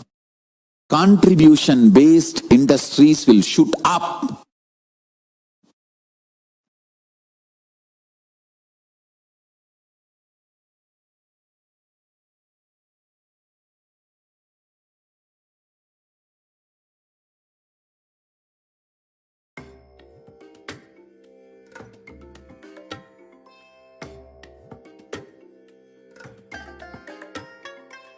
I bless you all. Let you all open all your three eyes and manifest the powers of Mahasudashiva. Om Nityananda Paramashivoham.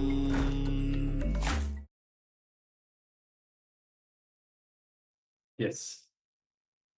So all of us would have already heard about jealousy. And here Swamiji is really giving us a completely different understanding how it starts at first. From your inability to stretch to the expectations of others. And then this inauthenticity that you have, how you sustain that pattern, you defend that pattern, you protect it, you finally declare supremacy. And the problem with that pattern is that instead of going to the direction of stretching to the expectations of others, which is actually the direction you are supposed to be going towards, you go to the opposite direction. This is how your whole life energy get misplaced. Now, if you understand intellectually, that is enough. You'll be entering into the meditation. As you progress towards Paramashivoham Level 2, you'll be having the opportunity to internalize more, doing more of completion with this specific pattern. Now, you'll be entering into a meditation that is directly designed by Swamiji to awaken our Vishuddhi chakra. So get ready, we'll be entering into the meditation now. Now let us enter into the Vishuddhi chakra. Vishuddhi means which is beyond Shuddhi. Shuddhi means purification. Ashuddhi means impure. Shuddha means which is pure. Ashuddha means which is impure. Vishuddha means which is beyond pure and impurity, which cannot be contaminated at all. The Vishuddhi chakra actually cannot be contaminated. It is always full of energy and life. Only we cover it with some ideas. We try to disturb it. How? How we try to disturb it? How to clear it? We'll see in this session. Jealousy and comparison that locks, disturbs the Vishuddhi chakra. When you are accepting and understanding your own uniqueness, when you are not comparing yourself with others, when you are not jealous about others, this chakra opens. Let us enter into the idea, comparison. What is comparison? Comparing with others, comparing with the neighbors, comparing with the nearby person, comparing with colleague, comparing with brothers, comparing between family people. Let us enter what are all the major aspects which creates or destroys our life. The major things in our life. Money, one thing. Let us go for some more ideas. What are the major things which affects our life? Money. One by one. Money. That is what? Luxury comes under money. Okay. Health. Okay. Ambition also comes under money. If money is there. Position. Personality. Under the word personality, all the relationship can be brought. Beauty. See, something tangible which directly affects your lifestyle, your life method. That's what I wanted. Personality, right. Money, right. Education, right. Intellect, attitude, education, all these things come. Intellect. People used to tell that I have no ego at all. The I itself is ego. I have no ego.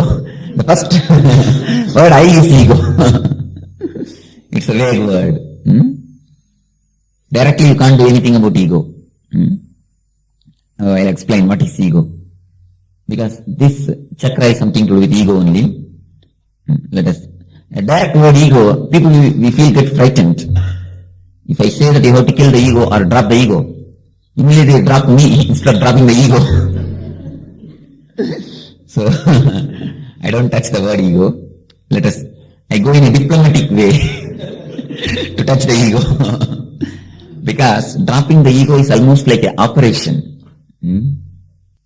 It should be done in a diplomatic way. One thing, money. Next, name and fame. Power, name and fame, everything comes under this title. Name and fame, beauty, intellect. In these four major classification, everything else can be put. Money, name and fame, intellect, beauty. These four classification. These four will do. In these four, all the other things, whatever you say, the education, everything can be classified under this four category. These four things are the things which affects a man's life very seriously. Let us enter. What is our status in this four category? Are you a rich man? Are you a poor man? Are you a man of name and fame? You can't say yes or you can't say no. Are you beautiful? Difficult question. Honestly, you have to tell the truth, no other way. Neither you can say yes, nor you can say no. Same way, if you ask somebody, are you an intelligent parent? I can't. So you'll be in trouble. Let us not go for that question. Are you an intellect? If I ask somebody, you can neither say yes nor say no. All these four things which continuously haunts our life, you are almost tortured, killed by these four major subjects, issues. You are continuously mentally tortured. Your whole day is haunted by this four subject. Is it not? Am I right? You are continuously haunted, harassed, disturbed, accused by this four subject. But you don't know your status in these four subjects. Just open your eyes and see.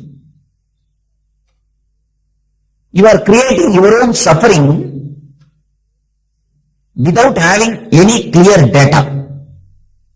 If you have a clear data that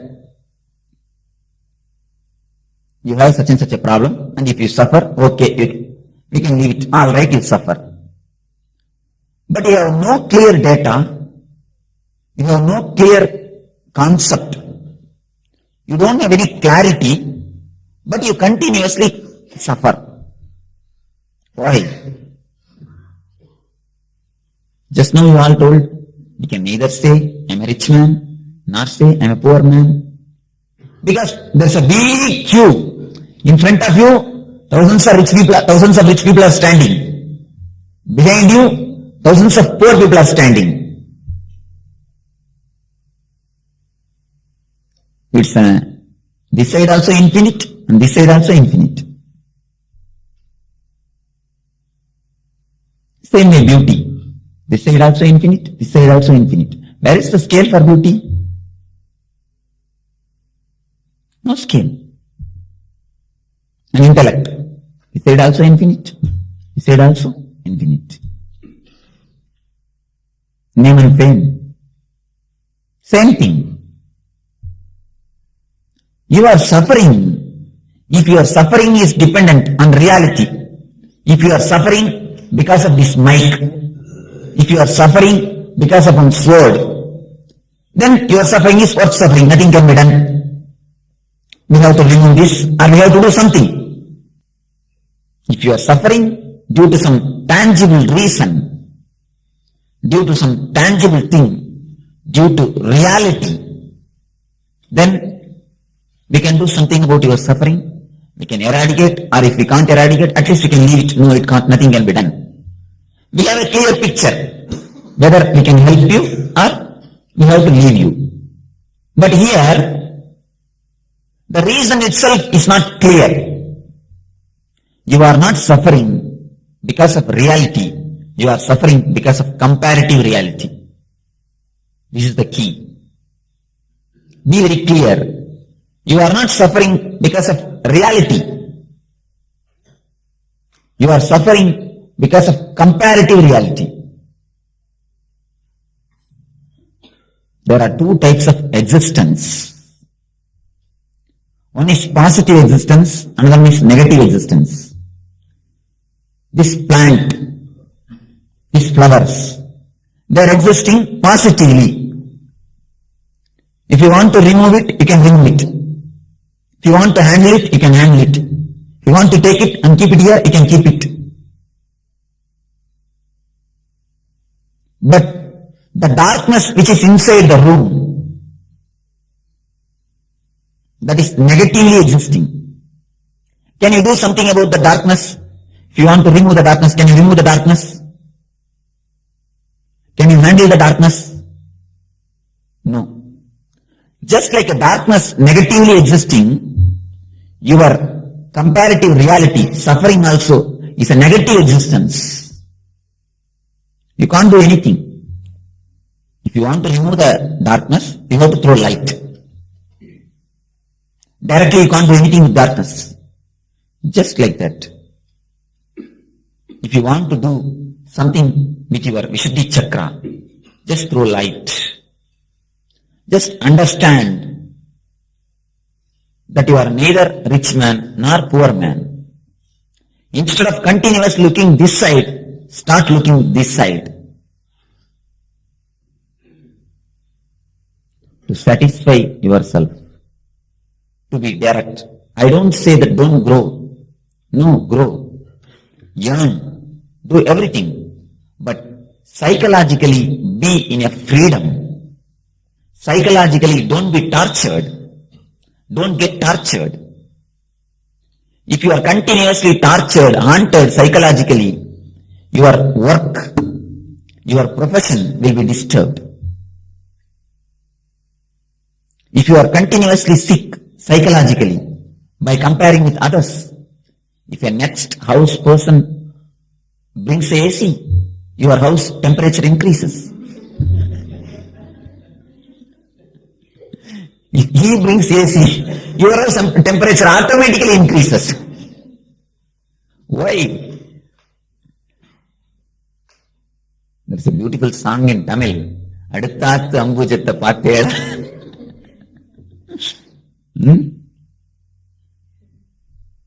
Continuous comparison. Continuous jealousy.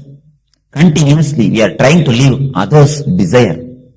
Mahavir says beautifully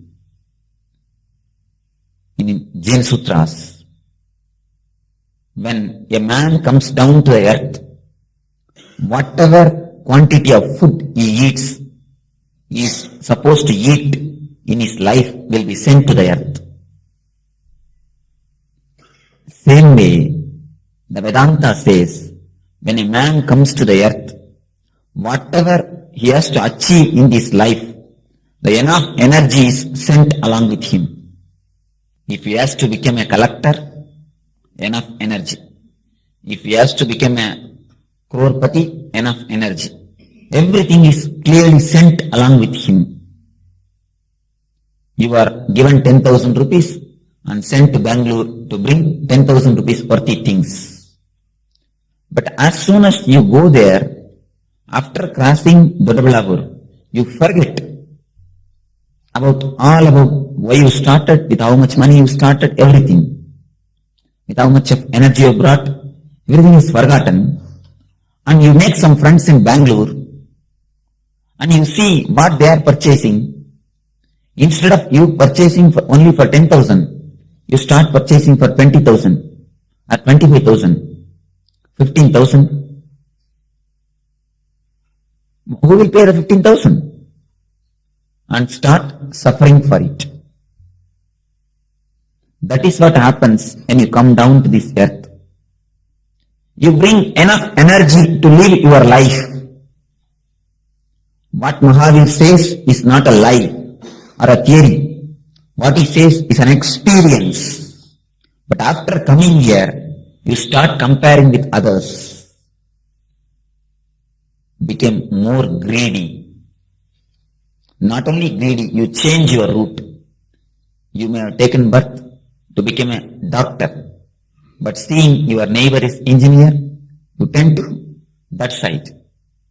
You may have taken birth to become a dancer.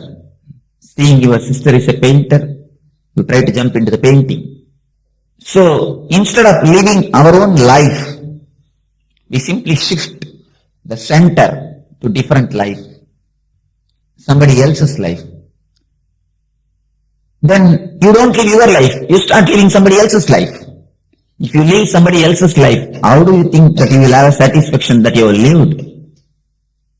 A small story from Albert Einstein. Albert Einstein, the greatest scientist of last century, the greatest truth which is discovered in the last century is done by him, discovered by him, the theory of relativity. this man was about to die. About to die is in the deathbed. Doctors are told only few days more he will be alive. All his disciples are sitting around him, his scientist disciples. The disciples were asking, Einstein, if God gives you one more birth, how would you like to take birth? What is the birth you wanted? What way you would like to take birth? What you would have told? He told, I should take birth as a plumber,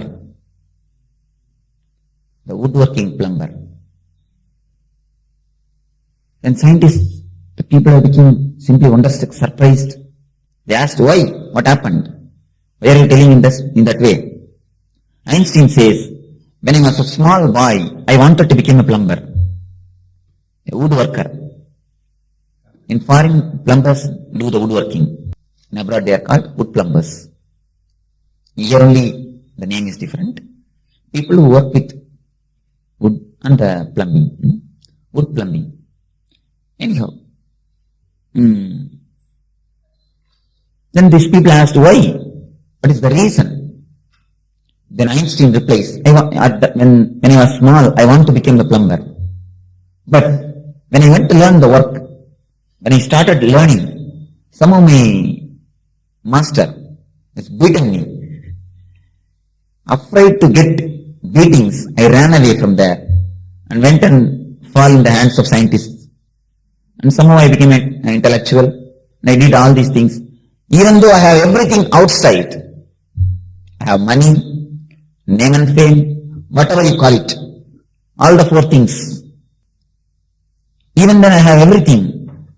I don't have the satisfaction that I have lived my life. I have found the greatest truth of this century, but my life has become lie. My life is not truth. You should learn something, great lesson from his teaching. What he said, only a real mystic can say. A satisfaction of living, the satisfaction that you have lived is the essential thing. That's the only gift you can get from life. Whatever else you get from life can be taken away from you. Death will simply take away everything from you. You know, even your body is taken away. Your life is taken away. Only one thing can be left with you. The satisfaction that you have lived your life. If you achieve that from the life, you have achieved whatever can be achieved from the life. If you have not achieved that one thing from life, you have not achieved anything from the life. So even if you die in a platform as an orphan, but if you have the satisfaction that you have lived your life, you will have a peaceful, beautiful death.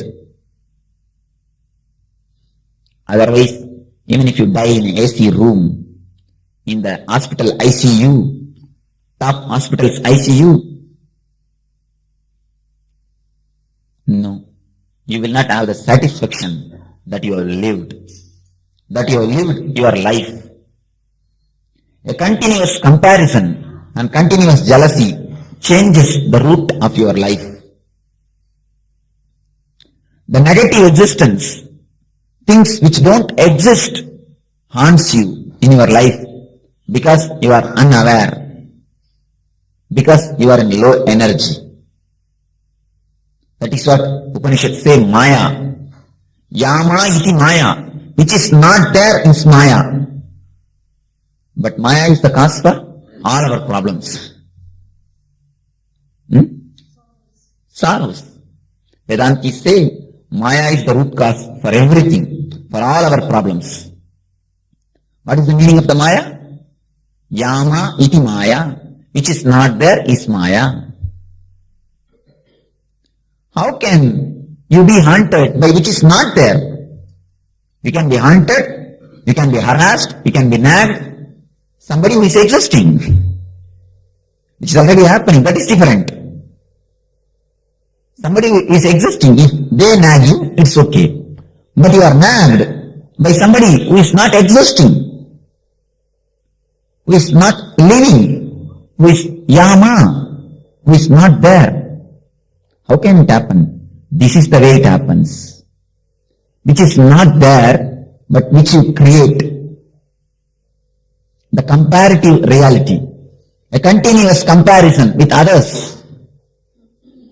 Actually it is not there, which you create, a purely your own creation, your own production. Actually you produce, but the title you don't want to put your name, you put somebody else's name. You are the producer of your life cinema, but out of politeness, you put somebody else's name, sometimes God's name. Somebody came and asked me, Swamiji, I am full of poverty, what to do? I asked, how many children do you have? 14. Why did you give birth to 14? No, Swamiji, God gave. God gave or you gave? What is happening? He produces and put God's name. I don't think God comes down to earth to produce children. And 14, after 14, he says God gave. What is happening? That is the same thing which we do continuously. We produce everything and put God's name.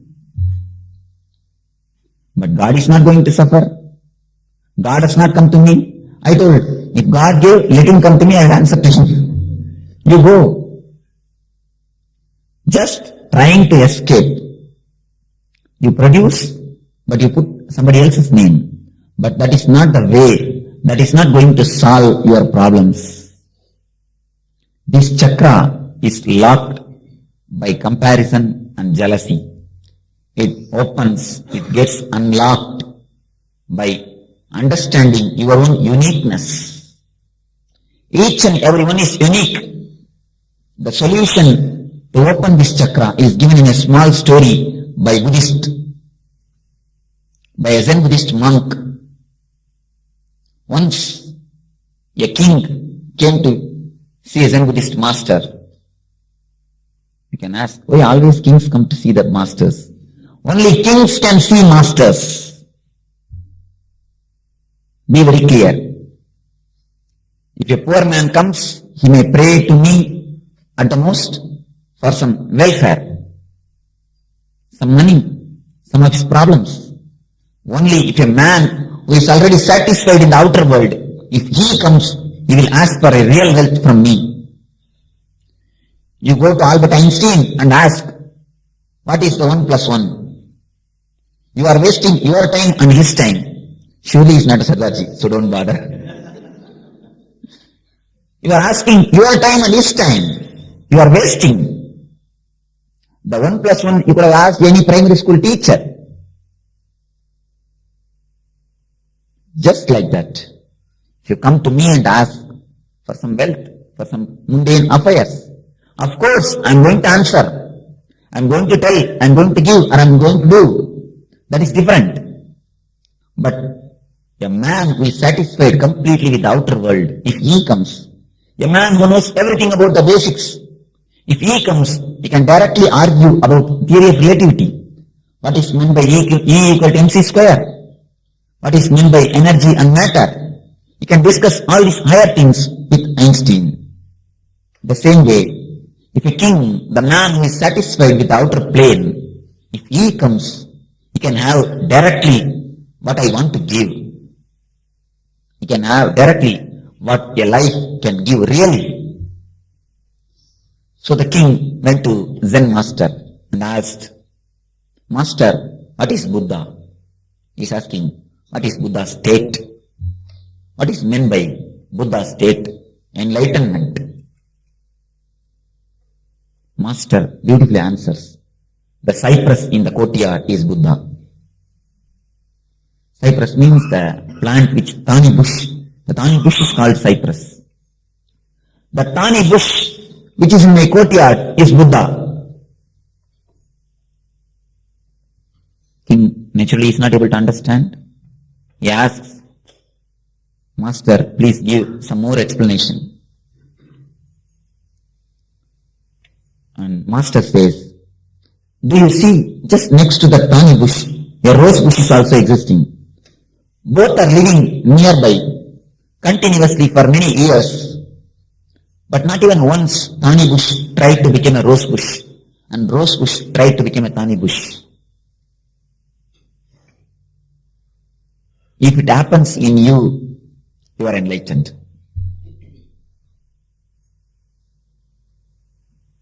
Nothing else is needed. Just accepting yourself and taking the responsibility of your being is enough. If we are thorny bush, oh, so many people are coming near the rose bush and enjoying it, plucking it. The rose bush is so beautiful. I could have become rose bush. If you are a rose bush, oh, so many people are continuously coming and plucking me, torturing me. I could have been thorny bush. Nobody will come and touch me. I will be in a safe position. Both the way, the other bank looks greener. A continuous outer vision. This, never that, never you. That is the way this chakra is disturbed. This one story, if you remember, that's enough. The cypress in the courtyard is Buddha, because it does not compare itself with others' life. But all our life is haunted, tortured continuously by comparing with others, comparing with sisters, comparing with brothers. So now, how to come out of the comparison? How to come out of the jealousy? Let us explore how to come out of the jealousy. How to come out of the jealousy? Stop comparing. Beautiful solution. If you all can practice, that's enough. Yes, these are all the things to be achieved. How to? Why jealousy comes? What you say is okay. Can you do it immediately as soon as you go out of the room? No, I wanted something direct, practical solution. Drop it. Can you? Beautiful. Then okay, I have no problem. You see, the reason for jealousy, root cause for jealousy is low energy. The low energy is the root for jealousy. Because you are not able to achieve, you feel jealous. You tend to compare. You tend to disturb the others. If you can create enough energy in yourself, in your own being, to achieve what you want to achieve, naturally you will not have any disturbance or any problems by comparing or by jealousy. Now we will enter into a great Zen Buddhist meditation technique to create more energy in our being, to throw light on Vishuddhi chakra. The meditation technique which will activate, which will energize the Vishuddhi chakra. All these sessions, we are dealing with two things. One is maturity, another one is meditation. Maturity means the jnana, the knowledge how to handle the chakra. Meditation means the energy to handle the chakra. Not only the intelligence, the energy is also needed. Not only you should know how to operate the gear, you should have enough energy in your hand to operate the gears. Then we can fly. So, for all the chakras, we have dealt how to operate it, how to use it, and we have had meditation technique to have enough energy to operate the chakra. Now, we will enter into the meditation technique. This technique is the gift of Tibetan Buddhism, the Zen Buddhism, the Tibetan Zen Buddhist technique. I will explain the technique. Some of you may be knowing the technique. We will go for practicing after explaining. A deep conscious vibrations, humming should be created in your being. Just sit in a relaxed way. How to sit to balance your being? The Buddhists have taught beautifully. Just squat and put your right leg on the left leg, and as soon as you sit, see that your spinal cord is in a straight line. How to make it in a straight line? You can just close the eye and bend your whole body in front. And if you feel the weight of the body, you will be able to very clearly feel the weight of the body. Slowly push your body backside. Slowly, very slowly, with full awareness. At one point, at certain point, you will feel that your body is weightless. The center of gravity falls in line. The center of gravity of your body, when it is in a straight line, you feel your body weight is less. You feel you are weightless. Just the same way, push your body backside a little bit. Again bring it slowly with awareness. On particular point, the same point, you again feel that you are weightless. Your center of gravity falls in line. The right and the left. Same way. If you do it, just bend your body with full awareness. Try to trace the weightless point, the less weighted point. You will be able to trace at one point your whole body is weightless. Your center of gravity falls in one line. That is the point where you need to sit. That is your asana. This is the beautiful technique found by Buddhists to sit for a long time. Buddhist monks sit for 10 hours per day. 10 hours they sit for meditation. I don't think 10 minutes any of us can sit in one posture. But with this technique, today itself we can sit even for 2-3 hours. The technique is such effective. If you practice, you can sit surely for 10 hours. But today itself, the technique, if you rightly caught the point, verily you can sit even for 2 hours. Because when your center of gravity falls in straight line, you don't feel the weight of the body.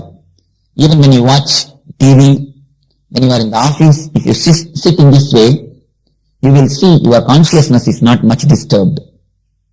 You will be able to do your activities with more energy, with more freedom. Not if you have a knee pain, half of the energy will be locked in the pain.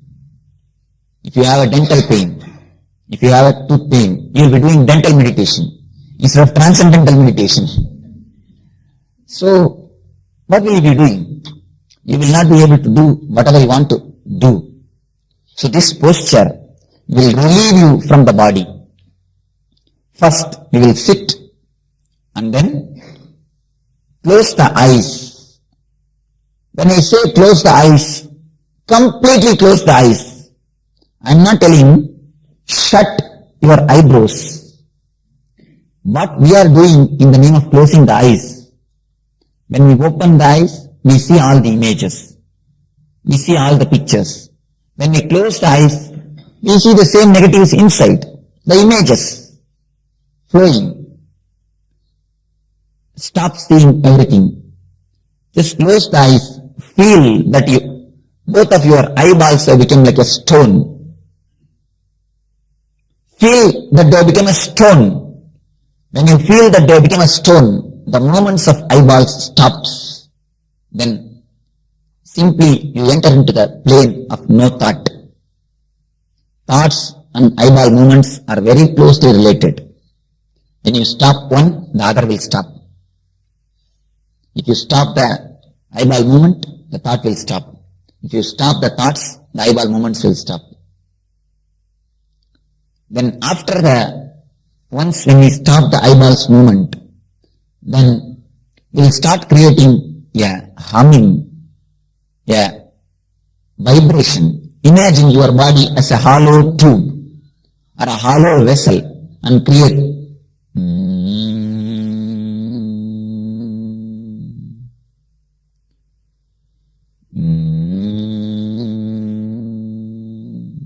no shouting. So don't worry, no shouting. No need for shouting. Just create a long vibration, as long as possible, as deep as possible, as louder as possible. That's all. No opening the mouth or shouting. Just create deep vibrations. This is enough. Relax your hand and just create the vibrations. That will give you a tremendous energy upsurge. After the 20 minutes of vibration, 20 minutes you will be doing the vibration. After the 20 minutes, 10 minutes, all of us will put our awareness on Vishuddhi. You will see a new energy entering into your Vishuddhi. This technique, when it is regularly practiced, no concentrating on Vishuddhi. But today I am giving this technique especially to energize the Vishuddhi chakra. So, just concentrate on Vishuddhi, on throat chakra, throat center. So now we will go for technique. You see, if your body is completely under your control, you must be able to make Padmasana without touching the leg. You should be able to put Padmasana without touching the leg. You can sit in a relaxed way, no problem. If possible, otherwise don't disturb yourself too much. If you disturb yourself too much, you will be continuously thinking about your body. Anyway, you can keep in a relaxed way or in a Buddha posture. You can lock or you can keep in a relaxed way. Only one thing, the key points you understand, balancing the body, closing the eyes completely, creating conscious vibrations. When you create a conscious humming, mind will stop. Okay. Shall we start balancing the body? Close the eyes and balance. Start balancing your body. Bend towards the front. Close the eyes. It will be very little difficult. Try your best.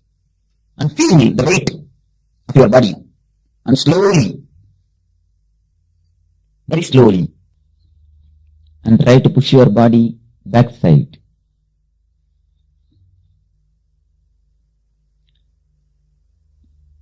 And slowly, just slowly, with full awareness, slowly raise the body with full awareness.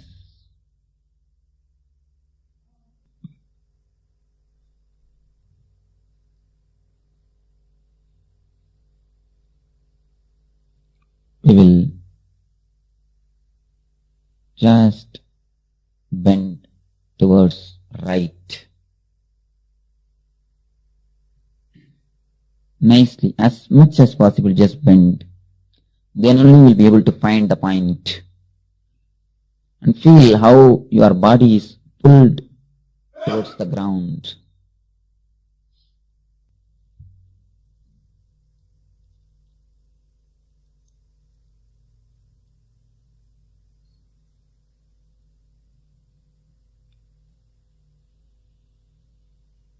Slowly come back to the center with awareness.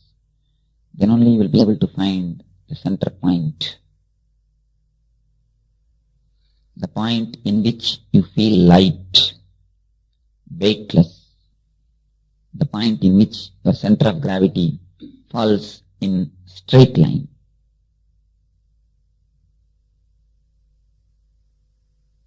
Now we shall bend towards left.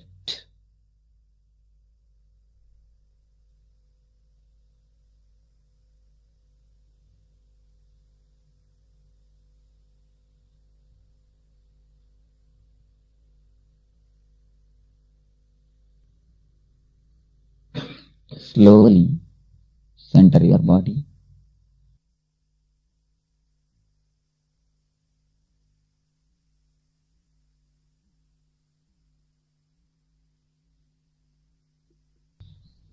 Feel your eyeballs have become stone.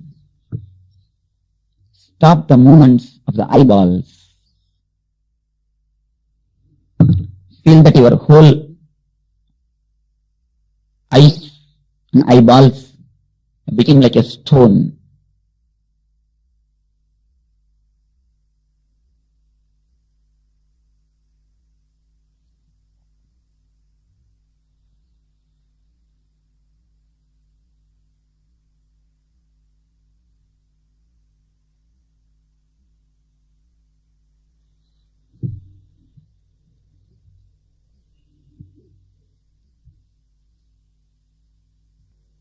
Feel completely your eyeballs have become stone.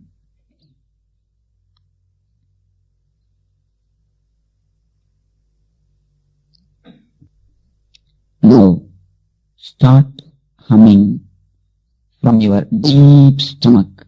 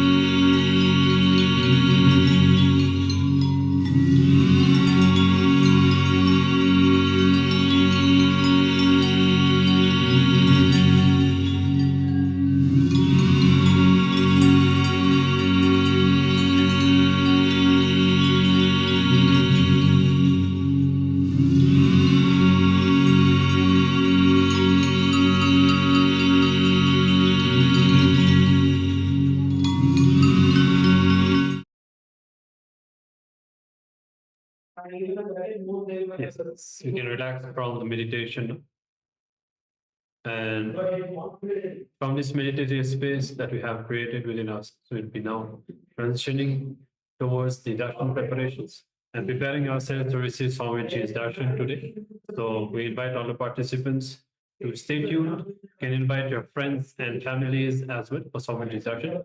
And as far as we'll be meeting again, we'll be meeting with the next team of Acharya after the darshan for a few more powerful sessions. He's even more faster than the 911 system we have. So understand the cosmic energy is always there for each and every one of us. Actually, I just wanted to share. This is a very powerful thing that I had listened to one of the participants. So that particular day, it was an alive darshan. And one of the devotees, she had a trouble on that day where her mom was to get some serious surgery done. And she was needing exactly 1.5 lakhs. And she didn't have that money with her. And she was to get a salary, but she was not getting. But that day was the surgery day. Only if she pays by that day, the surgery can happen, something like that. So she comes and she goes to the Alive Darshan page where the Alive Darshan is happening. And in the comments, so she just has the darshan of Bhagavan Venkateshwara, Swamiji giving the Venkateshwara Bhava Samadhi darshan. And she goes and puts the message saying, Swamiji, I exactly need 1.5 lakhs. Right now I need it for my mother's surgery. You are only Venkateshwara, please manifest it for me. So she puts this message to Swamiji on the Venkateshwara Bhava Samadhi darshan day. And just some 15-20 minutes passed. She actually only watched the darshan for a few minutes and then she went. And suddenly